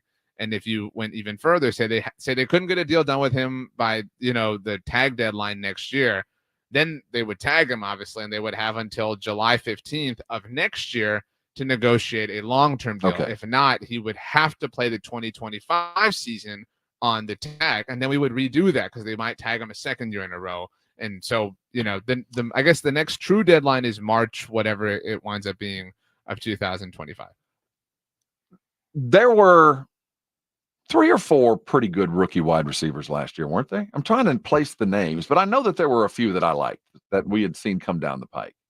Not like this year's crop, for sure, but what I'm getting at is I get the sense that maybe the Cowboys are playing to hope that the wide receiver bubble bursts before they have to make a deal, kind of like the running back deal bursts. And maybe if they let the rubble fall out and they kick the can far enough down the field, they might have to franchise tag 1 year at a whopper, but then they'll sign him for a whole lot less than they would have right now at $130 million. Do you think that might be the game they're playing with him? First of all, the rubble had already fallen for the running back position when they paid Zeke. I mean, they didn't care. I'm discounting what they did before because, yes, stupid is and stupid does. But there were only 4 first-round wide receivers, but when one went, they all went. Right. So Jackson Smith and Jigba broke the seal to the Seahawks. Had a hell of a year, too. Right. Quentin Johnston went next to the Chargers, still promising, not a massive year. Zay Flowers had a big year. Yes, he did. For the Ravens. Went at 22, and then Jordan Addison went 23. Friend of the station, Jordan Addison, who we talked to, had a good year. So it was a less deep year for the wide receiver position. I mean, it's possible that we see like 7 receivers go tonight. This is a really offensive heavy draft, and some of that is the tackles. I believe that we have never seen the first 9 or 10 picks in an NFL draft be all offense. So it's possible that tonight the first 10 picks are all offensive players, which would be a first in NFL draft history. And the it would first be defensive player doesn't go till 11. An absolute reflection of what the NFL wants. By its rules, by everything that we see, this is a reflection of we want offense. Go get the fastest and the biggest and the bestest. And defense is, going to be it'll matter. But once everybody's all in on what we see, it just absolutely to me reflects the rules. You've got to lean into whatever kind of advantage you can and can't get. And so offense is the easiest way to do that. But there are solid defensive. Somebody's going to get a great defender in this draft because all the offensive players are going to push them down. But I'm very interested to see how things kind of shake out tonight. The expectation is the Cowboys at 24. There is an opportunity for the Cowboys to make a move or two with picks they don't even have, right? Because the compensatory picks aren't announced yet, but they know they're going to get them. And if they do know they're going to get them, can they go ahead and move them? Well, they can't move those yet. Once you have the comp picks, they are tradable. That's a recent development in the last few years. Right. But they don't exist yet. You know what I'm saying? So they can't trade them yet, but they will probably trade their 5th or 6th round pick, their original picks for next year at some point because they're anticipating getting some comp picks next year as a result of free agency and the way they chose to do it. I have my doubts with Caleb, though he's the most physically talented. I think anybody who drafts JJ Watt is JJ Watt. JJ out of McCarthy out of Michigan is either has. I think that is such a punt. I think that's such a punt. You hate Caleb Williams. You hate JJ McCarthy. Is there anybody you like? No, what I'm getting at is of all the quarterbacks, I think Caleb probably has the highest ceiling by far. Yeah, you're crazy if you don't draft him, but I'm just saying there's something about him that could go wrong. I thought the same thing about Aaron Rodgers. I was wrong. Way back when, I was the same kind of guy that, he didn't even open a car door for his mom. I didn't think that way, but there was just something about him. I always thought there's something off about this cat. Now, it doesn't matter. On the field, it worked out just fine. And I look at Caleb and I go, there's just something about him rubbed me the wrong way. Now, that I could be entirely wrong, and I have been many times before. I look at the rest of that quarterback group and how everybody just digests and cuts things apart. I'm not sure how great any of them are. But I know that the least likely to be a great football player is the one from Michigan. I'm willing to believe in JJ McCarthy. I'm willing to believe in the top 4 quarterbacks. I'm a little bit more skeptical of Michael Penix. Me too. I'm not saying that any of those are, but all of them have potential to be great. But the one that has the most likely averageness written all over it, the next Danny Dimes, the next guy that everybody's mad at for the next 5 years, just feels like it's going to be McCarthy. It all depends on where he lands, because if it's the Giants to replace Danny Dimes, and yeah, I mean he's. I don't care where a guy like McCarthy lands. He's not going to live up to expectations. You just defined the expectation to be pretty mid, so how could he not live up to that? Well, I mean, I hope when you draft a guy, you don't bring him up and say, you know what, this guy's going to be at his best, Kirk Cousins. No, they're going to say a bunch of stuff, but at the end of the day, he's Kirk Cousins. If Minnesota trades up for a quarterback, that quarterback's in a legitimate position to succeed right away. I mean, you have Justin Jefferson, yeah, absolutely, the aforementioned Jordan Addison to throw to. The 2 quarterbacks who will be most set up for success their rookie year, what I would offer and wager would be the rookie of the year favorites, will be Caleb Williams, and presuming the Vikings trade up for a quarterback, whoever they take. I would tend to agree if they can both land in the right spot, but isn't that always the way? Speaking of landing in the right spots, we're going to talk about the NBA draft, the NFL draft, and all the other drafts that cause you a shiver coming up in the next hour. Where the Cowboys go is oft up in debate. The Texans seem to be doing no wrong. What's the biggest move for them coming around the bend? Hey, we're talking about it next as the NFL draft is nigh. Who do your teams look like and what should they be taking? We'll take your calls and look forward to a busy day. And oh, by the way, the playoffs kick in tonight and we get a little more dose of that Laker magic. Did complaining about the refs, will it fix things? At 9:15, we're looking at that, but hold on tight. We got so much to do in so little time. The NFL draft in totality next. You're on 94.1, and this is San Antonio Sports Star. Hey, Twin Peaks is busy this week. I'll tell you what, I've been to a lot of places over the last several days, and not one of them had any kind of air conditioning. And I certainly wasn't sitting in a man cave, and nobody brought me a big old giant icy cold 29-degree cold beer.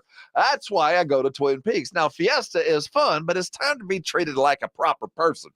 Twin Peaks is waiting on you, and as the draft is on, you can go watch it there. All the NBA action, of course. You like that international soccer games? They're there, too. Every seat is in the middle of a man cave when you head to Twin Peaks, and man caves have what man caves need, and that's all the things you want to watch, all the food you want to eat, and the drink. Well, that goes without saying, so let's talk about the food. The menu changes all the time, and as we head into the spring and summer, make sure you're checking out the new fare. Check out the healthy lunches and all the salads and stuff that go along with it. The happy hours combined with those quite nicely. This Friday, they're doing the bourbon and brews, as they always do, and as we head into the evenings, remember, they got happy hours both early and late. Head over to Twin Peaks. They got 4 locations, and I will be at one sitting in the air-conditioned comfort, kind of tired of that Fiesta sweatiness. Go sit down and enjoy yourself at Twin Peaks. Over on 151, on De Zavala and I-10, Loopland right there at Park North, or over on the northeast side, I-35, IKEA Parkway. That's the 4. Head over and meet me. Twin Peaks eats, drinks, and those scenic views. This is the Morning Huddle with Robin RJ. Morning 6 to 10, KTFM Floresville, and everywhere at sasportstar.com. When was the last time you went to the dentist? Need a new dentist? Hi, Jason Minix here. Go see my dentist at Smile Structure Dentistry and Braces. Smile Structure can handle all your dentistry needs, from general dentistry to oral surgery, orthodontics for the kids, or Invisalign for adults. Mention this ad, get a free exam and x-rays. Veteran owned with 5 San Antonio area locations. Learn more and book an appointment online at smilestructure.com. That's smilestructure.com. Buyers Barricades is proud to provide traffic control, rental, and sales for work zones and events in the San Antonio area and beyond. Buyers Barricades, the Texas authority in barricade rental. Learn more online at buyersbarricades.com. That's buyersbarricades.com. O'Reilly. Check engine light on? Take the guesswork out of your check engine light with O'Reilly Veriscan. It's free and provides a report with solutions based on over 650 million vehicle scans verified by ASE certified master technicians. And if you need help, we can recommend a shop for you. Ask for O'Reilly Veriscan today. O'Reilly Auto Parts. Progressive presents good news, bad news, dumb news, then great news. Good news. A letter in your mailbox says you could save money bundling your home and auto insurance with Progressive. Bad news. You saw it after your teenager backed the car into the mailbox. Dumb news. A new mailbox, basically a box on a stick, costs up to $400. Great news. You decide to see if you could save money bundling at Progressive.com and go with paperless mail instead. Progressive Casualty Insurance Company affiliates and other insurers not available in all states. Listen to this station anytime, anywhere on Odyssey. Odyssey is your new audio home for all the music, news, sports, and podcasts that matter to you. Odyssey. That's AUDACY. Guys, did you know your testosterone affects everything in your system, including how you feel and perform every day? Right now, Revive Men's Health San Antonio will check your testosterone for free. Knowing your T levels is the first step in understanding if you have low T. Your testosterone level impacts your energy, libido, sleep, weight, hair loss, mood, and even ED. Maintaining an appropriate T level can change your whole life. Most men start to see changes in their hormone levels in their 30s. Experience and results matter. So what are you waiting for? Get your T levels checked today by local, experienced, and trusted men's health experts. They've helped thousands of men since 2011. They're so confident they can help you, they even guarantee it. Call Revive today and schedule your free testosterone test, free exam, and free consultation. Call Revive Men's Health at 210-615-7777. That's 210-615-7777. Or visit ReviveMen'sHealth.com. We all hear the radio ads about the IRS. They tell you to be afraid, to be scared, and they try to frighten you into calling. I'm not here to do that. Tax Relief Advocates is different. TRA is here to tell you that if you owe money to the IRS, whether it's $5,000, $50,000, or $500,000, we have a solution. It doesn't matter if you're sitting in your car, at work, or with your kids. No matter where you are, call now. 800-575-9313. Don't lose hope. TRA can eliminate or reduce what you owe to the IRS. There is zero risk to you. If we can't reduce your tax debt, then you pay nothing. Our passion is taxes and helping individuals fix their IRS problems. We have a 5-star rating on Google and an A+ with the Better Business Bureau. You don't need to be afraid of the IRS any longer. End your tax nightmare today by visiting us online at TRA.com or call 800-575-9313. That's 800-575-9313. Tax Relief Advocates. Real solutions for real people. From the George Salinas Personal Injury Attorney Studios, you're listening to 94.1 San Antonio Sports Star. San Antonio's Sports Center.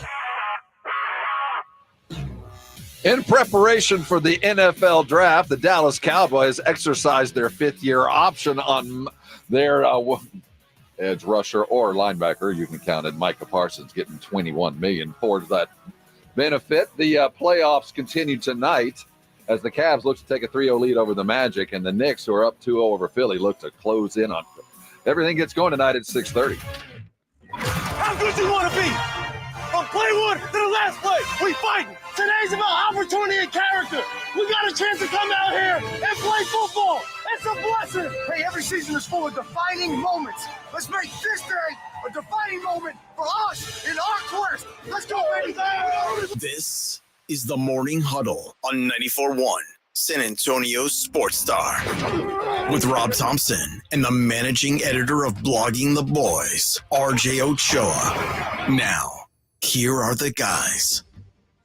Here we are. It's the Morning Huddle. Gather around and get busy. It is a draft day edition of Such Things. Glad you're here with us on 94.1 San Antonio Sports Star. That's RJ on your left. I'm Rob Thompson sitting on your right. RJ edits and stays busy with Blogging the Boys. And this is a pretty big one. And you said it earlier. Tonight is going to tell Cowboy fan and foe alike exactly where the Cowboys are going. More than anything else. Yeah, we've been waiting a very long time to have an understanding of what the Cowboys are doing. And tonight we will get some sort of answer. It is not guaranteed to be a good one. It is not guaranteed to be something that we appreciate. But at the very least tonight, we will have some sort of North Star to point towards. Things to know about the draft tonight. The Bears have 2 of the top 9 picks in the draft, including the first overall, of course. Carolina traded up with him to take Bryce Young first overall last year. The Bears are one of 8 teams that haven't made a first overall pick in the common draft era. So they get to do that, and it appears they're going to take themselves a Caleb Williams, which appears to be, by every measure, a surefire success in a business that involves no successes. Of all of them, Caleb apart, what is no, I shouldn't say that. With all of them included, what is the skill set that you, RJ Ochoa, look at first? For any For draft no, prospect? for a quarterback. When you're looking at quarterbacks, and if you were scouting, and I trust your acumen, what is the single skill that separates one quarterback from another? Is it leadership? Is it arm strength? Is it mobility? Is it size? I mean, what is it that you go, first and foremost, you better have this? I think the thing that opens your eyes at first, and that's why the draft is such a fascinating process, is success, right? So when players have had success at big time levels, and they've found ways to kind of stay calm and found ways to do the right things in the proper moments. I mean, we see that at every level. That's, I mean, kind of the most superficial basis of forming an opinion in sports. And that's why somebody like Caleb Williams winning the Heisman Trophy, somebody like Jaden Daniels winning the Heisman Trophy, somebody like JJ McCarthy, winning the national championship, right? Like, those things stick out to us. And I think when you start to dig a little bit deeper, you start to look into mechanics and how many, what kind of throws can you make, and how athletic are you, how fast are you, how durable are you? Dr. Garrett talked about your spinal strength and things like that. And then you get into intangibles, and I know that this is a bit of a trope, and this gets made into a big old deal all the time, but the reality of the situation is, if you're talking about a quarterback, I mean, they're probably going to go 1, 2, maybe 3, maybe even 4 tonight. Every year we see the evaluations of these teams and these organizations by way of Forbes. You're handing the keys to the kingdom of a multi-billion-dollar organization to somebody. And so it makes sense to want to know each and every single thing. And I think those things are a little bit more subjective. If you value leadership, if you value friendship, camaraderie, and it's all subjective even in what kind of leadership. I mean, some people, like the rah-rah leader, some people like the quiet leader. And so it is kind of your own personal flavor.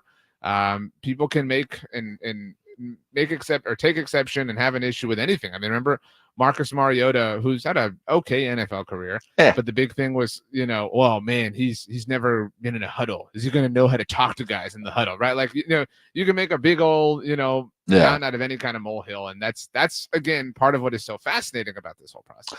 I'll tell you something, and it's not a popular opinion, but I would never draft a quarterback shorter than 6'2".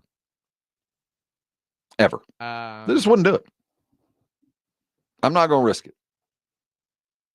And that would make me never have a lot of good quarterbacks, but I'd also not miss on a lot of bad ones.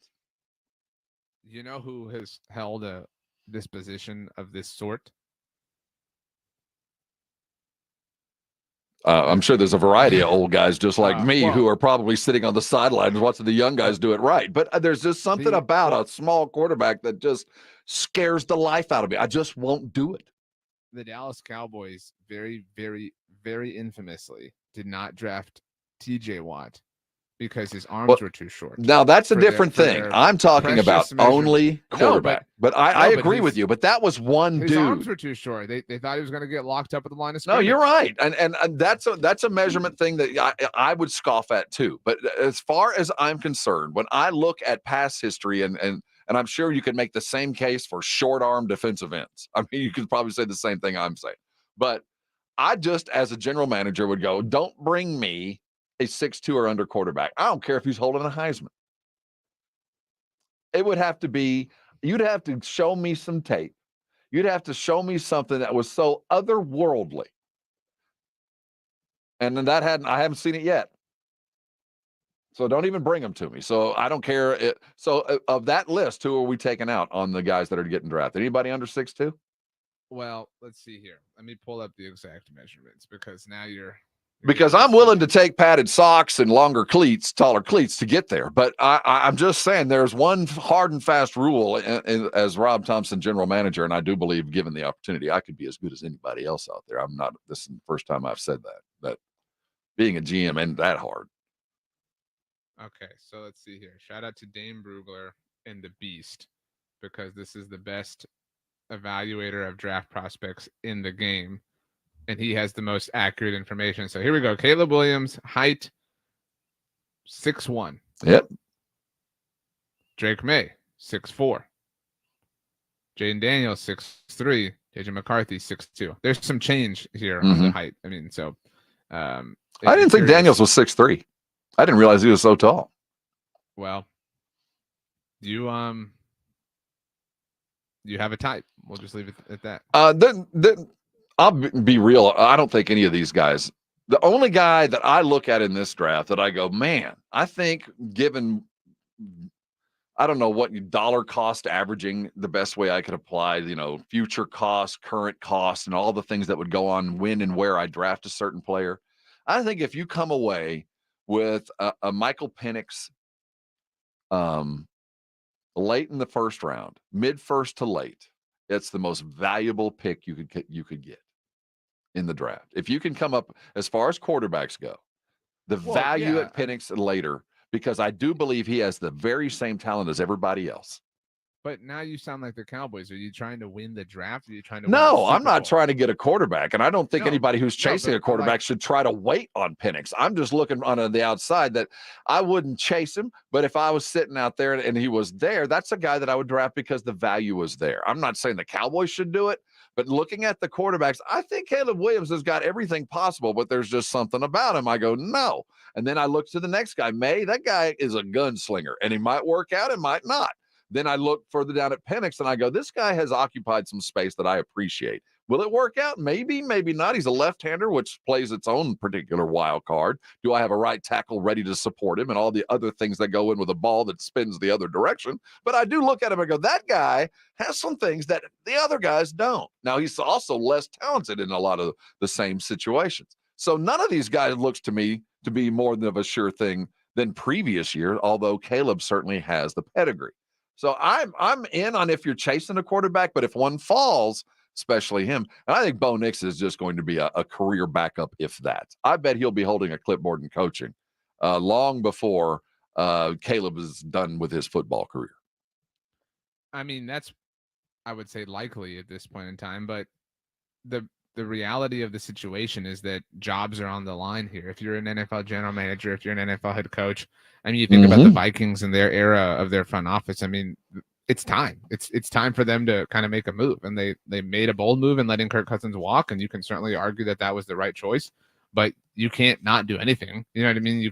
You have to have somebody. You have to be able to hang your hat on something, and so they've got to find a way now to get another quarterback in town. And so is that Bo Nix?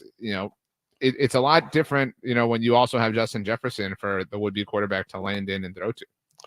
Tonight, the Packers, Cardinals, and Rams are tied with the most picks. They each have 11, while the Bears have 4. The fewest selections, though they're number 1 overall. 3 teams don't have a first-round pick at all this year. The Panthers, because of the trade to get a wide receiver, the trading away that one. Browns, Deshaun Watson, which, by the way, did you see Deshaun Watson is like the official emissary to the Saudis? Deshaun Watson is in Saudi Arabia right now. Very weird. Yeah, he had a series of social posts that were strange. On the subject of the Browns, though, because they're still paying for the trade, obviously. So Tankathon does a draft power rankings that assigns value to every pick, and therefore ranks the abilities that you have. This is the power rankings of your picks, of your capital. Where do you think the Browns rank? Oh gosh. Down low? They rank last in the NFL. So there are point values assigned to every draft pick. As an example, the Arizona Cardinals you mentioned, they're first. They have over 1,400 points of value. The Cleveland Browns have 401.6. They have over 1,000 fewer points than the they're also fighting it. Quickly, top 10 power rankings from a draft capital standpoint. Cardinal, and some of this has the first round picks are heavier because so the Cardinals have 2, so that's why they're so high. Right. Cardinals, Commanders, Bears at number 1. They don't have a lot of capital, but they have 1 and 9, so that carries them. The Chargers 4th, Patriots 5th, Packers 6th, Falcons 7th, Vikings 8th, the Bengals 9th, and Rams 10th. Where do you think the Texans and Cowboys are? Well, the Texans probably don't have a lot either. I think they'd be closer to the bottom as well. The Cowboys got a fair amount. Cowboys right in the middle, 15. The Texans have 9 picks, but obviously don't have any in the top. Their first pick is at 42, so that hinders their value. They're 24th in overall value. The Dallas Cowboys have 7 selections at the moment, and they do have a first-round pick. They are 30th in draft value capital. I'm not sure how I quantify that. What is it, because of the lack of the mid-round picks? Yeah, they don't have that 4th-round pick. I mean, they have 3 picks in the top 90, and that's just the result of where they are now. So they're 30th. Detroit is 29th. Kansas City's 28th. You know, these playoff teams around them. Miami's 31st. I mean, you're deeper in the draft order, and that's what impacts you. But so you think about like playoff teams who are near the top. The Eagles are a playoff team, but they still have, you know, a lot of top picks because they have the Saints 2nd-round pick as a result of the trade from a few years ago. The 49ers have a lot of picks. That's why they have 1, 2, 3, 4, 5, 6, 7, 8, 9. They have 10 picks. They had a lot of compensatory picks. The Bills have 1, 2, 3, 4, 5, 6, 7, 8, 9, 10 as well. So they just have more darts to kind of throw. The Cowboys, they have a few amount of darts, and they're low quality darts. That's why their draft value is really, really, really low. Well, if you're really good at what you do, it is still possible. This is some numbers out of the draft that I find very interesting. While players drafted in the first round get most of the spotlight, most of the team obviously is built in later rounds. Among active players in 2023, 63% of the active players in the NFL were drafted in rounds 4 through 7 or were undrafted. That's pretty wild. You make your bones late. I don't care what you're doing early. And even those don't hit, especially those early quarterback picks. That just skews your draft because those guys disappear faster than anything, and they eat up more time and effort than they've ever been worth, and it still is the same way. As we look at the top 10 picks going offense, that's never happened. We'll continue looking directly at the NFL draft. But the NBA, they'd be playing tonight. Let's look forward to what we expect on the other side of that NFL draft and look at what we saw last night as the roadies look good there in Boston, and OKC brought the thunder. We're talking hoops next. Stay here. This is the Morning Huddle, and you're on 94.1 San Antonio Sports Star. It's the Blitz with Jason and Joe. Afternoons at 2. Coming up on the Blitz, it is finally here, the NFL draft, and we're doing it right at the Roo Pub. Yeah, Roo Pub from 2 to 6. All your draft coverage, plus John McClain from HoustonTexans.com will join us at 5:15. The Blitz starts at 2. The Blitz with Jason and Joe. Afternoons at 2 on 94.1 San Antonio Sports Star. EasyCater has everything you need to make food for work. From ordering to reporting, we even keep your receipts all in one place, which means all you need to do is sit back and enjoy. You're not having any lasagna? All I can taste is hours of expense reports. Relax, you used EasyCater. Enjoy the food, Ray. Oh, no, thanks. Enjoy it? That's amazing. Yes, Ray, it is amazing. 100,000 restaurants and everything you need to make food for work. Order 24/7 at EasyCater.com. Our daughter Jessie loves playing detective. A clue. But since we discovered she has sensitive skin, we've been playing detective too. We thought the problem was our puppy. But it was actually our old detergent. Aha. So we switched to Tide Free and Gentle. Tide cleans better than the leading competitive free detergent, and it doesn't leave behind irritating residues. Plus, Tide Free and Gentle has no dyes or perfumes, so it's gentle on her skin. Case closed. If it's got to be clean, it's got to be Tide Free and Gentle. Eric was way behind on his taxes. I owed a lot of money to the IRS, almost $15,000. I tried to make payments. The IRS wasn't satisfied with Eric's efforts, so they came after him full force. They're coming to put a lien and a hold on all my income, my home, my car. I was just overwhelmed at what to do. Then Eric called Optima Tax Relief. When Optima Tax got involved, the calls would stop. The threats would stop. It was easy like 1, 2, 3. Optima Tax Relief is A+ rated by the Better Business Bureau, and their team of expert tax professionals took care of Eric's problem. I owe $15,000, and now my debt is clean. I don't owe anything. Take Eric's advice. If you have a tax problem, you need to call Optima Tax now. Call Optima Tax Relief for a free consultation. Call 800-714-8422. 800-714-8422. 800-714-8422. Optima Tax Relief. Some restrictions apply. For complete details, please visit OptimaTaxRelief.com. Jason Minix here from the Blitz with the NBA playoffs here. You want to get in on the action and have fun watching the games the way I do? Make sure you download the Underdog Fantasy app and start playing their pick'em game, where you pick between 2 and 5 players to build a pick'em entry. Select higher or lower on player stats. If your picks hit, you could win up to 100 times your money. Endless projections to choose from. You create your own experience. It's a ton of fun to play. I love winning on the pick'em game, obviously. It is fantasy, but legal in Texas. So get signed up at UnderdogFantasy.com or download the Underdog Fantasy app. Use my promo code STAR when you sign up, and Underdog will match your first deposit up to $100. Plus, they'll give you a mystery special pick to use on your first pick'em entry. Must be over 18 and present in a state where Underdog Fantasy operates. Terms apply. Concerned with your play? Call 1-800-GAMBLER or visit ncpgambling.org. Again, promo code STAR when you sign up at UnderdogFantasy.com.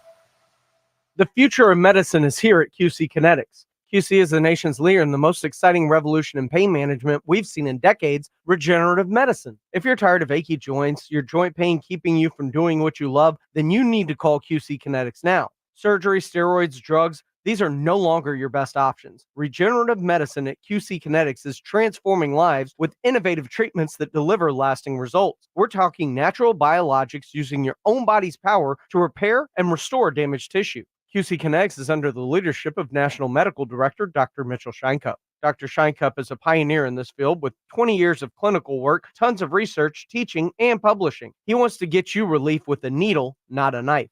Call now to learn more about some exciting options in this revolutionary approach to get you long-term relief with no downtime. So what are you waiting for? Call QC Kinetics now for a free consultation. 210-571-0318. That's 210-571-0318. Locations in Hollywood Park, Westover Hills, and New Braunfels. Tyler from Wendy's here. The best part of Wendy's new Cinnabon Pull-Apart is every part. Unlike mornings, which have no good parts, until now. Because with Wendy's new breakfast Cinnabon Pull-Apart, mornings finally don't completely suck.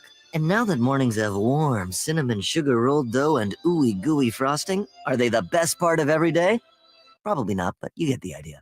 Get to Wendy's today and get the best part in every bite with the new Cinnabon Pull-Apart. At participating U.S. Wendy's, Cinnabon is a registered trademark of Cinnabon Franchisor SPV LLC. Attention Patriots, this is Jason Hansen, former CIA officer, with an urgent message for anyone concerned about their financial future. In a world filled with economic uncertainty, it's crucial to have a rock-solid plan for protecting your wealth. That's why I'm inviting you to a special financial briefing this Thursday. You'll get proven strategies for safeguarding your assets and securing your money. Call my friends at Advantage Gold at 800-741-GOLD to register for free right now. Again, call 800-741-GOLD. Paid for by Advantage Gold. Performance may vary. Past performance is not indicative of future results. Always consult your financial and tax professional. It's the NFL Draft, live from the Motor City at 6, exclusively on 94.1 San Antonio's Sports Star.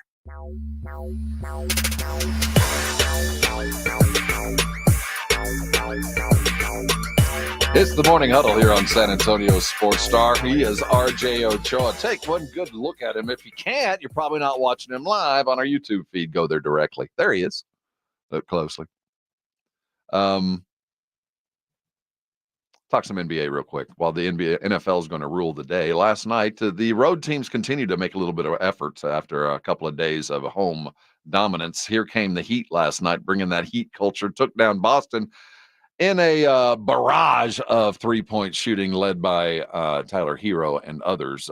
23 three-pointers normally means a win, and Miami did it. The Thunder, on the other hand, just overwhelmed the Pelicans in every way possible. The best thing about both was Miami lived up to their mantra of culture.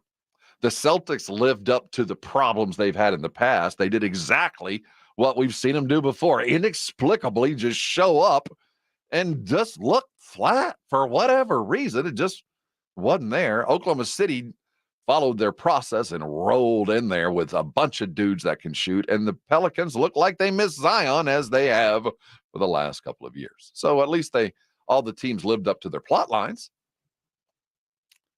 Yeah, kind of a chalk night in that sense, even Boston, but kind of a boring night. It's kind of the first boring night of NBA playoffs. Every night to this point to last night's point had some bit of action. This didn't really feel that way. You know, we were looking at the anonymous poll of NBA players just the other day, and one, name the coach you'd most like to play for. And it's always Spoelstra and Pop. And yet again this year, Spoelstra number one, Pop second. And I don't know how I'd have handled that locker room, but if I was Miami and had just rolled into Boston and beaten them on the back of a come home kind of thing, I'd have been a little bit more enthused. But what I saw from Spoelstra was a guy who is a coach in full, who walked into his locker room and said, "Hey, man, I told everybody it's going to have to be accountable. It wasn't going to be easy. It wasn't. You did it. Now let's go home." Wow. I was so impressed with that. That's a pro. That only pros can be spoken to like that. Like, ain't no rah-rah here. You did your job. Let's go home. Is there a coach? Who would you play for, by the way? Those two. I came up, I got coached hard by a lot of coaches that were not Bobby Knight types, but the type that were more than willing to call out your flaws. And, I learned, that sometimes that's good, sometimes that's bad, but I do know I respond to that. So if I was picking coaches, it would be one, I don't need a player's coach. I mean, I don't need somebody to be nice to me. You know what I mean? I don't either, but there is something super badass about Eric Spoelstra and how you kind of feel like this dude's teams are never out of it. And that right. I mean, if there was one team that we had been kind of crowning over and over and over and over again all season long, it was Boston.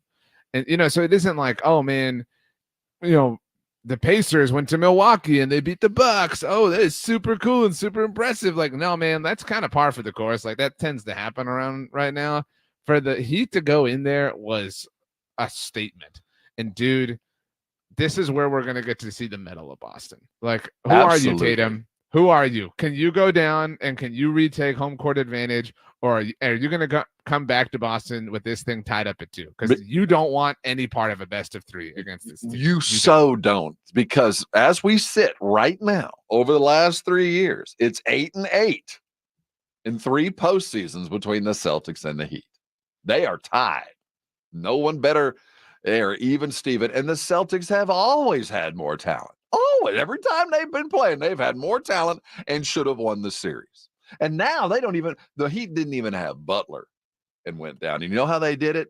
They interrupt the passing lanes. They confuse. Spoelstra confuses the Celtics. Last night, Porzingis. How many turnovers that fool have last night? I mean, dude, see, like, it's something when your worst fears are playing out in front of you. You know what I mean? When you're like, oh my gosh, this is exactly the way I was afraid it was going to go. How are you not feeling that way right now if you're a Boston fan? I'm pulling up. I'm curious. Boston only scored 40 points in the second half, too. Oh, gosh. So I'm looking for so series props on this series at DraftKings. Oh, my gosh. The Celtics are still minus 1,800 to win this series. And they should be. I mean, this was one of those. You wonder if it's a hiccup. Maybe this isn't shocking, but they're not the biggest favorites to win a series. But they're the second biggest favorites. They're more favored to win their series than the Knicks are to win theirs. That's kind of crazy to me. Well, Joel Embiid, we're going to see. I mean, yeah, but put up or shut up for him. Well, tonight's a big night, Mhm. and Philly fans are going to go straight from losing Game 3 to like, well, the Eagles are drafting, so it's going to be okay. Let me tell you something. If the Knicks roll into Philly and beat them tonight, the ramifications, I don't think there's a lot of negative that's going to go through Philadelphia because, what are you going to do? They got Maxey and they got Embiid. They ain't going nowhere, and they made a bunch of deals that they're going to be kind of stuck with. Buddy Hield should be performing and some other stuff. Mm-hmm. But the positive benefit to the Knicks and that organization, if they roll in and beat Philly after what we heard from Embiid, like no worries, and after they're going to be going against the refs, they're going to be in enemy territory playing 5-on-8 because the NBA told them, look, we screwed you up. You should have been fouled 3 times, Maxey, and the timeout should have been given. Well, guess what? Paybacks are a bitch. So if the Knicks can roll in tonight and beat them 5-on-8, elect Jalen Mayer I don't know what we could do for Jalen Brunson that would be appropriate for what he would do tonight. But whatever it is, just prepare for it. Ticker tape. Do they still do that? Where they throw stuff out the windows and make a big mess? Can we, even before the season's done, we'll just do that for Jalen. It will be a levitating sort of thing. It would obviously if the Knicks win. Now, I remember a long time ago I watched this documentary on it was like the best Super Bowls or whatever. And Mike Silver, who's great NFL writer and analyst and insider, he was talking about Super Bowl 48 where the Seahawks just crushed the Broncos. And he said that he got a text from his son during that game, and his son was like, "This sucks." He was like, "This is so boring." And he said that he responded and was like, "Dude, they all used to be like this." It was like every year, like the Super Bowl was this blowout. He was like, you've been really spoiled in that you've had, these really great dramatic games. So that being said, there's like a generation of human beings that has no idea what it's like for the Knicks to be the talk of the town. Oh, true. 99. And so for the Knicks to go to Philly and take game 3 and rip their hearts out, I mean, we are going to get some Knicks propaganda, you know what I mean? In a way that has not happened in a lifetime for people. And yeah, cool. Like the late 90s, whatever. But like, we have never seen the Knicks levitate in a social media internet world. And that would be the case to your exact point. If they could, against everything that they'll be fighting tonight, if they could go take that game and take that lead and go up 3-0, holy crap. It would be intense. I mean, not since. And by the way, with all the Villanova guys, and to do it in Philadelphia of all places, like, oh my gosh. Yeah, not since Melo arrived in New York has people been more excited. And if the Knicks manage to, and it's not so much about the second round, it's about beating the Sixers. I mean, they will take down an arch rival just down the road, just on the other side of Jersey. I mean, it will be something to see. And Stephen A., as much as he has fun watching the Cowboys lose, if the Knicks win, it will be a next level kind of thing be for him. So the Celtics, though, this was what I was on the hunt for. Their title odds. They're still the favorites, but they're barely ahead of Denver. They're plus 145. I mean, and look, I don't think you should. They lost a game, right? Like they were going to lose a playoff game, but Denver's plus 210, and then all the way down, Oklahoma City is next at plus 1200.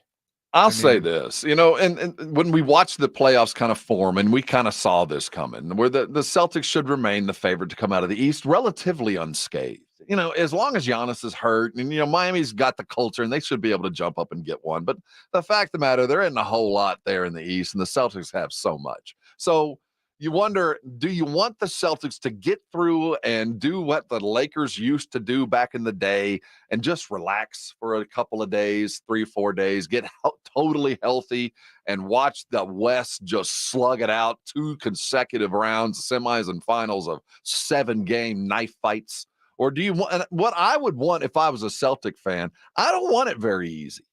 I want those guys playing as much as possible. I don't want them to fall out of whatever groove they're in. Worst case scenario, I think, for the Celtics was to breeze through 4-5-4, whatever it might be. Lose a couple of games and show you got a little bit of it to come back and win, because you haven't showed me that yet. I suppose that there's some fairness to this. I mean, if we're really trying to cope, right? If we're really trying to craft the perfect world, I think that if you're a Celtics fan, presuming you get through this series, and I think you will, but you're happy that you got this massive test in the first round, because it's one thing if this had been the Eastern Conference Finals, and then it's like, you're just, oh my gosh, we survived, we made it, you know what I mean? Whatever. And then you've got to, go play the Nuggets or whatever. So I think this is a good, like, hey, pick it up. This is going to be a long and arduous 2 months. And if you can get through this, you can do anything. And Miami's not going to make it easy. Now, I respect that about the Heat. The Celtics are lucky they're not going against culture and talent. They're going against culture, and they lost last night without Jimmy Butler. Even with Jimmy Butler and Bam and Hero, there's still not enough talent to equal the Celtics. But when they do run up against a team that has the culture of the Heat and the talent of, let's say, the Timberwolves or the Nuggets, look out. It might not be what we speak. We'll continue to follow it. But coming up, the biggest night of the Dallas Cowboys recent era. It's a pivot point for the Cowboys. Will they prove to us that apathy is, in fact, ignorance? Or have they been planning something huge? I'm going to offer my wildest dream kind of draft. I'm sure RJ has his wildest dream. What's the best case scenario for your favorite team tonight? Call your shot. That's coming up next. This is the Morning Huddle, and you chose correctly. It's 94.1 San Antonio Sports Star. It's the 2024 NFL Draft on 94.1 San Antonio Sports Star. For the 24th pick, the Dallas Cowboys select. Tonight, Friday, and all day Saturday, join 94.1 San Antonio Sports Star for this year's NFL Draft, live from Detroit. I love the tenacity and the aggression with which he plays. He is a mauler. Who do the Cowboys and Texans pick? Does Jerry make a splash? Who goes number one? And who's the next Mr. Irrelevant? The Houston Texans select C.J. Stroud. You don't ever want to pass on the guy you ought to be taking there, but still be position select. I thought Sauce Gardner would be the first corner, but you go back to 2019, and that version of Derek Stingley is as good as anybody in this entire draft class. Find out right here on your exclusive home for the NFL Draft. 94.1 San Antonio Sports Star. Spring has sprung and it's full tilt boogie time at GiveMeTheVin.com. I'm a speculator. I'm overpaying for cars because I think they're going to go up even higher from where they are right now. We'll pay off your payoff. We'll pick your stuff up. We'll quote you quick and easy at GiveMeTheVin.com. America's best car buyer. Sell us your car. GiveMeTheVin.com. So easy you can do it in your underwear. If you can't sleep because of annoying knee pain, that's a problem. If you stop running because your feet always hurt, that's a problem. If your elbow, shoulder, and neck pain make it impossible for you to do your job, that is a problem. And it's time to finally do something about it. I'm Dr. Jason Garrett from Arasti. At Arasti, we fix pain fast. No medications, no injections. Arasti treatment is completely natural and non-invasive. Plus, we accept most insurance plans. There's a location near you. Visit Arasti.com. That's AIRROSTI.com. Arasti, we fix pain fast. We all hear the radio ads about the IRS. They tell you to be afraid, to be scared, and they try to frighten you into calling. I'm not here to do that. Tax Relief Advocates is different. TRA is here to tell you that if you owe money to the IRS, whether it's $5,000, $50,000, or $500,000, we have a solution. It doesn't matter if you're sitting in your car, at work, or with your kids. No matter where you are, call now. 800-575-9313. Don't lose hope. TRA can eliminate or reduce what you owe to the IRS. There is zero risk to you. If we can't reduce your tax debt, then you pay nothing. Our passion is taxes and helping individuals fix their IRS problems. We have a 5-star rating on Google and an A+ with the Better Business Bureau. You don't need to be afraid of the IRS any longer. End your tax nightmare today by visiting us online at TRA.com or call 800-575-9313. That's 800-575-9313. Tax Relief Advocates. Real solutions for real people. Eric was way behind on his taxes. I owed a lot of money to the IRS, almost $15,000. I tried to make payments. The IRS wasn't satisfied with Eric's efforts, so they came after him full force. They're coming to put a lien and a hold on all my income, my home, my car. I was just overwhelmed at what to do. Then Eric called Optima Tax Relief. When Optima Tax got involved, the calls would stop, the threats would stop. It was easy like 1, 2, 3. Optima Tax Relief is A+ rated by the Better Business Bureau, and their team of expert tax professionals took care of Eric's problem. I owe $15,000, and now my debt is clean. I don't owe anything. Take Eric's advice. If you have a tax problem, you need to call Optima Tax now. Call Optima Tax Relief for a free consultation. Call 800-714-8422. 800-714-8422. 800-714-8422. Optima Tax Relief. Some restrictions apply. For complete details, please visit OptimaTaxRelief.com. I'm getting vaccinated with Prevnar 20, a Pfizer vaccine. So am I, because I'm at risk for pneumococcal pneumonia. If you're 19 or older with chronic conditions like asthma, diabetes, COPD, or heart disease, or are 65 or older, you are at increased risk for pneumococcal pneumonia. Ask your doctor or pharmacist about Prevnar 20, pneumococcal 20-valent conjugate vaccine. It can help protect you against pneumococcal pneumonia in just one dose. Even if you've already been vaccinated with other pneumonia vaccines, Prevnar 20 may help provide added protection. Prevnar 20 is approved for adults to help prevent infections from 20 strains of the bacteria that cause pneumococcal pneumonia. Continued approval may depend on a supportive study. Don't get Prevnar 20 if you've had a severe allergic reaction to the vaccine or its ingredients. Adults with weakened immune systems may have a lower response to the vaccine. Side effects include pain and swelling at the injection site, fatigue, headache, muscle, and joint pain. For full prescribing information, please call 1-855-213-2138 or visit Prevnar20.com. San Antonio Sports Star. Wake up with the Morning Huddle. Hey, gather round. It's draft day. They're on San Antonio Sports Star. We'll get you busy about 6 as the draft coverage begins in earnest, but we start ours much earlier. 2 o'clock, the Blitz will be live. Pub, our friendly confines, sandwiched right in between the Angry Elephants and the Big Blind is the Roo Pub. All those big screens on the draft, be there. Get a cold beer, a Wimby burger if you like that, a wedge. They have the best wedge salad, by the way. Oh, yeah? Yeah, that's not something you hear somebody like me ordinarily recommend. Well, I'm happy that I have a question that Josh Jimenez has put up on our Brigade Bar. Has anybody else tried the peanut brittle ice cream at HEB? The Houston Astros peanut brittle ice cream? I have not. Sounds fantastic. I'm not a real big ice cream person. I know you're not. You're very persnickety about your desserts. Cake isn't a big deal for you, which is a sad and pathetic existence to have to live through, and I feel sorry for you for that. I know you're a pie lover. I like pie when it's appropriate, but that's not. If you have to say when it's appropriate, when is it not appropriate? When is pie an inappropriate thing to eat, other than wearing a wedding dress?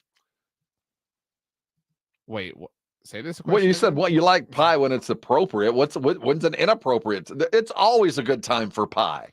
No, I mean it's.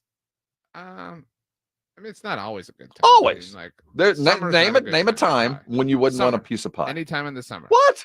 You ever had an icebox pie? No, I don't like cold pie. I don't want it to be cold. We would lose so much time in going into the deep and ongoing amount of therapy you must need. Who hurt you?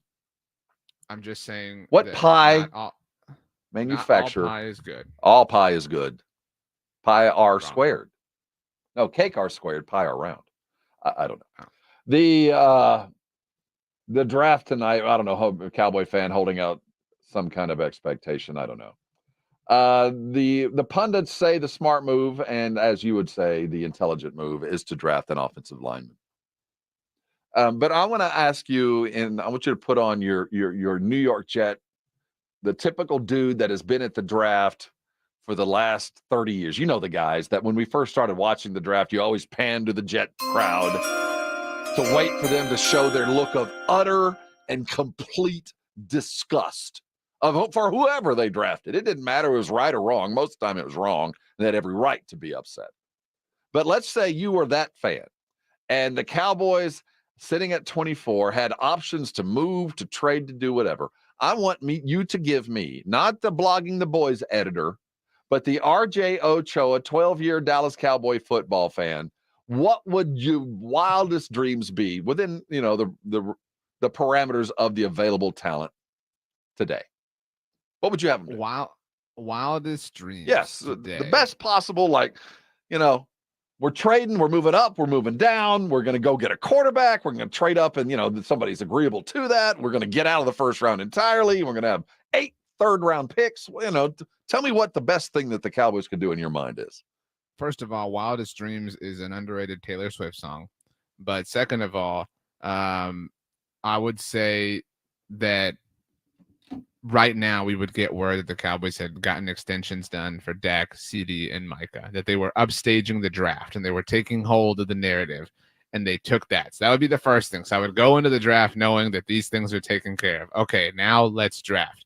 Then I would still trade back from 24. I would trade back. I would maybe even trade back twice. I would, I'd be so fulfilled and content with everything that happened as a result of obviously the extensions, and I would be fine trading back. And I would want to Dwight this thing in the office, taking the one, magic bean or whatever it was, the candle, and turning it into the telescope. I would want to take my 24th overall pick and turn it into like 4-5 picks tomorrow between the second and third round. So now I have a lot of darts to throw tomorrow. Then tomorrow, I know this isn't a question for today, I'd go out, I'd get me a tackle or an interior lineman, because I'm playing Tyler Smith at tackle in this hypothetical. I'd go out and get me a starting center, Tanner Bertolini out of Wisconsin. I'd go out and find. At this point, I'm so drunk off the vibes that you can have Jonathan Brooks in the second round. I got enough second round picks to burn anyway. Here's one. Do whatever you want with it. With my third round pick, I'm taking pick your wide receiver du jour. There's got to be one here that can be a suitable replacement for Jalen Tolbert and a suitable option opposite of CeeDee Lamb in 2025 and beyond. So, and then whatever happens on Saturday happens. I would be, over the moon with that. I would be very pleased with that, even if the extensions don't happen. But that is my my dream amongst dreams. Trading. It's important to say this now. Trading out of today would not be a failure for the Cowboys if they get enough capital to work with. I agree with the talent acquisition part of that. I do. I at 24, there's probably a really good tackle that could be taken. But I also think there's probably a really good tackle that could be taken at 48. I don't think that at the talent, I'm not even sure there's a first round grade at 24 in the totality. This is something that gets talked about and gets debated a lot every year, is that teams don't have 32 first round grades. No. And so, people get mad because you say, well, you're not getting a first round player at 28 or whatever. And then the person comes back and is all literal and obtuse and semantic. And he's, well, he's taken in the first round. What do you mean he's not a first round player? Yeah. I mean, and then you get stuck with him, or you can keep him longer. But just because you're the 24th pick, if I don't have 24 first round grades, I start looking to get the hell out of there. Why would I be there? Unless, of course, I'm hanging around for something. And for me, that's where the wildest dream comes in. Go ahead. That's where I think the Texans deserve somehow even more props than we've been giving them, because they identified early. I mean, they had the 23rd overall pick. I think that, most places you look, there's only about 21 first round grades, kind of by the consensus big board. And so the Texans very early said, there's not going to be anybody that we're going to want, that we're going to feel is going to be worth it for the value. Let's get out now. Let's give ourselves enough time to play around. And if somebody falls, like Rob said, we've got the capital to play with. We can move up. We can do whatever we want. And so, yeah, I would be completely and totally fine with, the Cowboys moving out, because you're not going to get somebody legitimate and somebody who's going to be worth that value. And you need picks. You need so many picks. We talked about a little while ago how Tankathon power ranks all of the draft capital for every single team based on the value that each pick, holds, that every team has. And the Cowboys rank 30th in the NFL. Mm-hmm. They have literally among the least, most potent capital to work with this coming weekend. And if they trade back, obviously they add to that. And so that would be the ideal scenario for me, is they find a way to add more darts to their kind of, what is it called? You have a quiver. What is the thing that holds the arrows? Quiver? Yeah, it is a quiver. The quiver holds the arrows. You add more arrows to your quiver. That's the goal today in my mind. It's funny that you and I are of the same mind, but I will give you the caveat.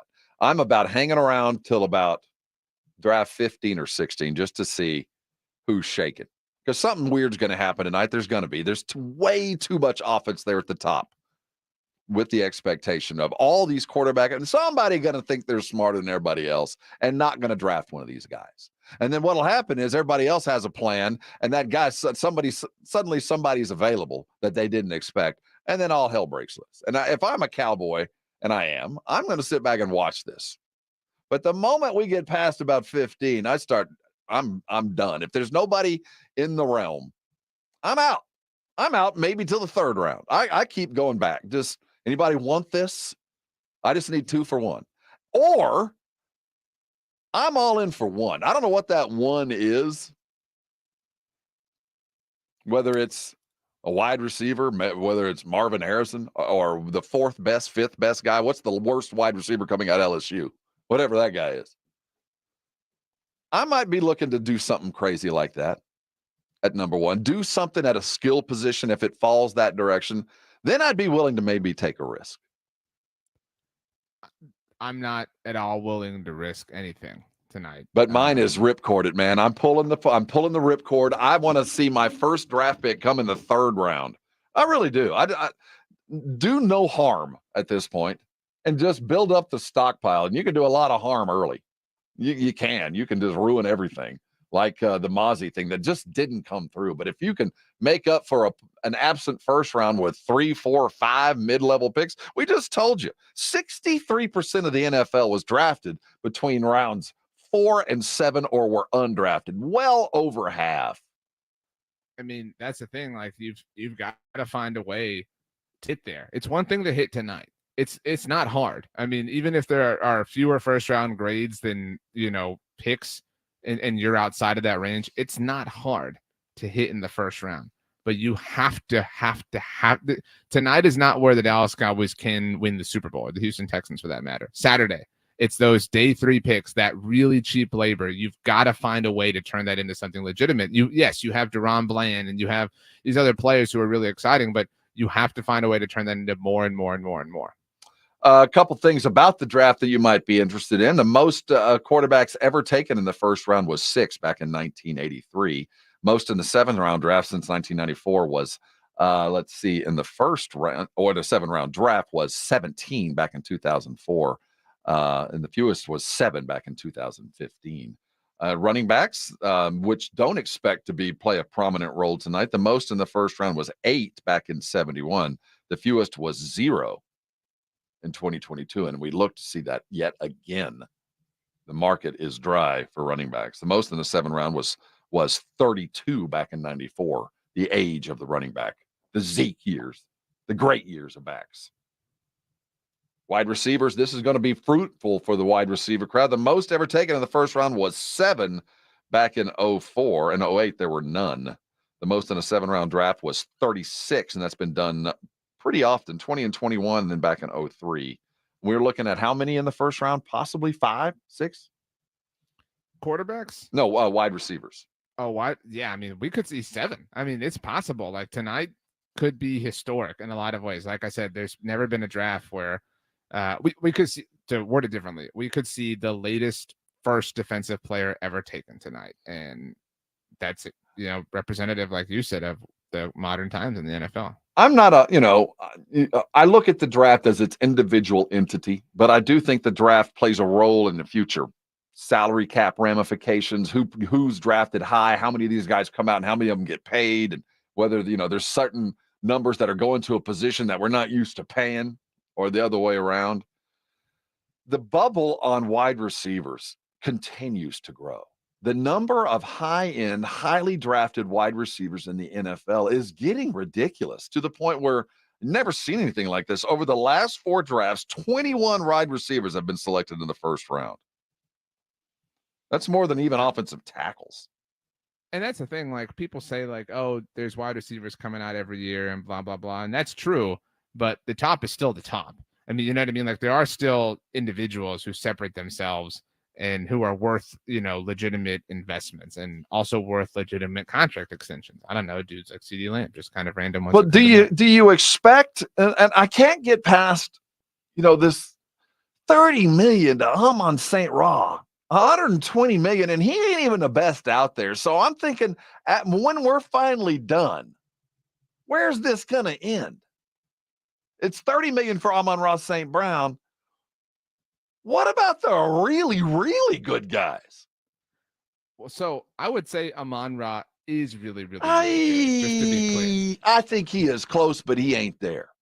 I think you're very, very. I think there are 4 better than him. I think there are 4 or 5 better than him. But to the point at hand, like for putting the disagreement about Amon Ra and his kind of status aside, it was just 8 years ago. Mm-hmm. Okay, so not even a decade. 8 years ago, when the recently retired Matt Ryan became the first player in NFL history, not just quarterback, first player to hit 30 million. Yeah. And now, and in 8 years, not even a full decade, to your point, not even like the best wide receiver is making that much per year. And there's all these people, who feel like, oh man, you just can't give him that. You just can't do it. Why not? I mean, like, it's only going to go up. Well, they did reach a max with running backs, though. They did peak. They did. And I think that we're headed toward a time where we're going to reach a limit to how much we're going to pay a wide receiver, just like we're going to reach a limit to how much we're going to pay a running back. Like, I don't care how good they are. I'll pay a quarterback that. That's the thing. But a wide receiver, there's 5 of them a year. There's 6 or 7 of them a year. Why would I don't. Okay, but as you see, though, the price continues to go, which is why it's different than running back. And I don't think the word peak, the word peaked is not properly reflective of what happened to that market. What happened was that the market just became understood. You know what I'm saying? It didn't peak. It's not like they said it's actually. Oh, the value of the running back was understood in the grand scheme of things. I get to where you're nobody's paying running backs anything except now. This offseason is an exception, and I don't mean to talk out of both sides of my mouth, but the only reason why the running back market came back this year was because there's nobody in the draft. But the draft is the preferred method to acquiring running backs because it's a devalued position, and that's just the way it goes. These are the facts of life, right? But even on the eve of the draft that is being held in their city, a draft that is rich with wide receivers, the Lions said Amon Ra is worth $30 million per year. It is still there are 5 positions in the NFL that are worth premium money: quarterback, wide receiver, left tackle, cornerback, and pass rusher. And Amon Ra plays one of those money 5 positions. And so the fact that they paid him makes complete and total sense. Now, running back is what it is, and you just have to kind of understand that. But as long as there are separators, because you need so many wide receivers, but as long as there are separators, they will still continue to be paid and to be paid and to be paid. And there are like 10 or 12 separators, but they're spread out all across the NFL. Some teams are fortunate to have multiple of them, and they're willing to pay both of them, like the Eagles with A.J. Brown and Devontae Smith. Valid point. That's why you listen to us. This is the Morning Huddle. He is RJ Ochoa. Check his stuff on Blogging the Boys. He's going to be busy today as it is draft day. We finally made it. Now, we got you covered starting tonight at 6. First pick go off a little bit after that. Cowboys will be drafting at 24th. We'll have your coverage all day tomorrow as well. And by the way, the Blitz will be getting everything ready and warmed up out at the Roo Pub. They'll get broadcasting at 2, going directly into that coverage tonight. And by the way, as well, the Roo Pub's got a whole bunch of TVs. You can watch the draft, you can listen to the draft, but they also have all the NBA games on as well. And it does look to be a chock full evening of NBA fun. As we are down to just 35 seconds to entertain and inform our guests, RJ, do you have any passing or final words for the draft day edition? Everybody is going to be both wrong and right today. That's the magic of the NFL draft. So embrace it and pick what side of the fence you want to be on. My side is that the Cowboys are going to find a way to ruin this in the most unbelievable fashion. Have you seen that wide receiver? He's really fast, RJ. Who will we be talking about tomorrow, Rob? Call it. Predict it. The X-Man, Xavier, will not be a Dallas Cowboy. We're talking OU tackles. This is 94.1 San Antonio Sports Star, KTFM.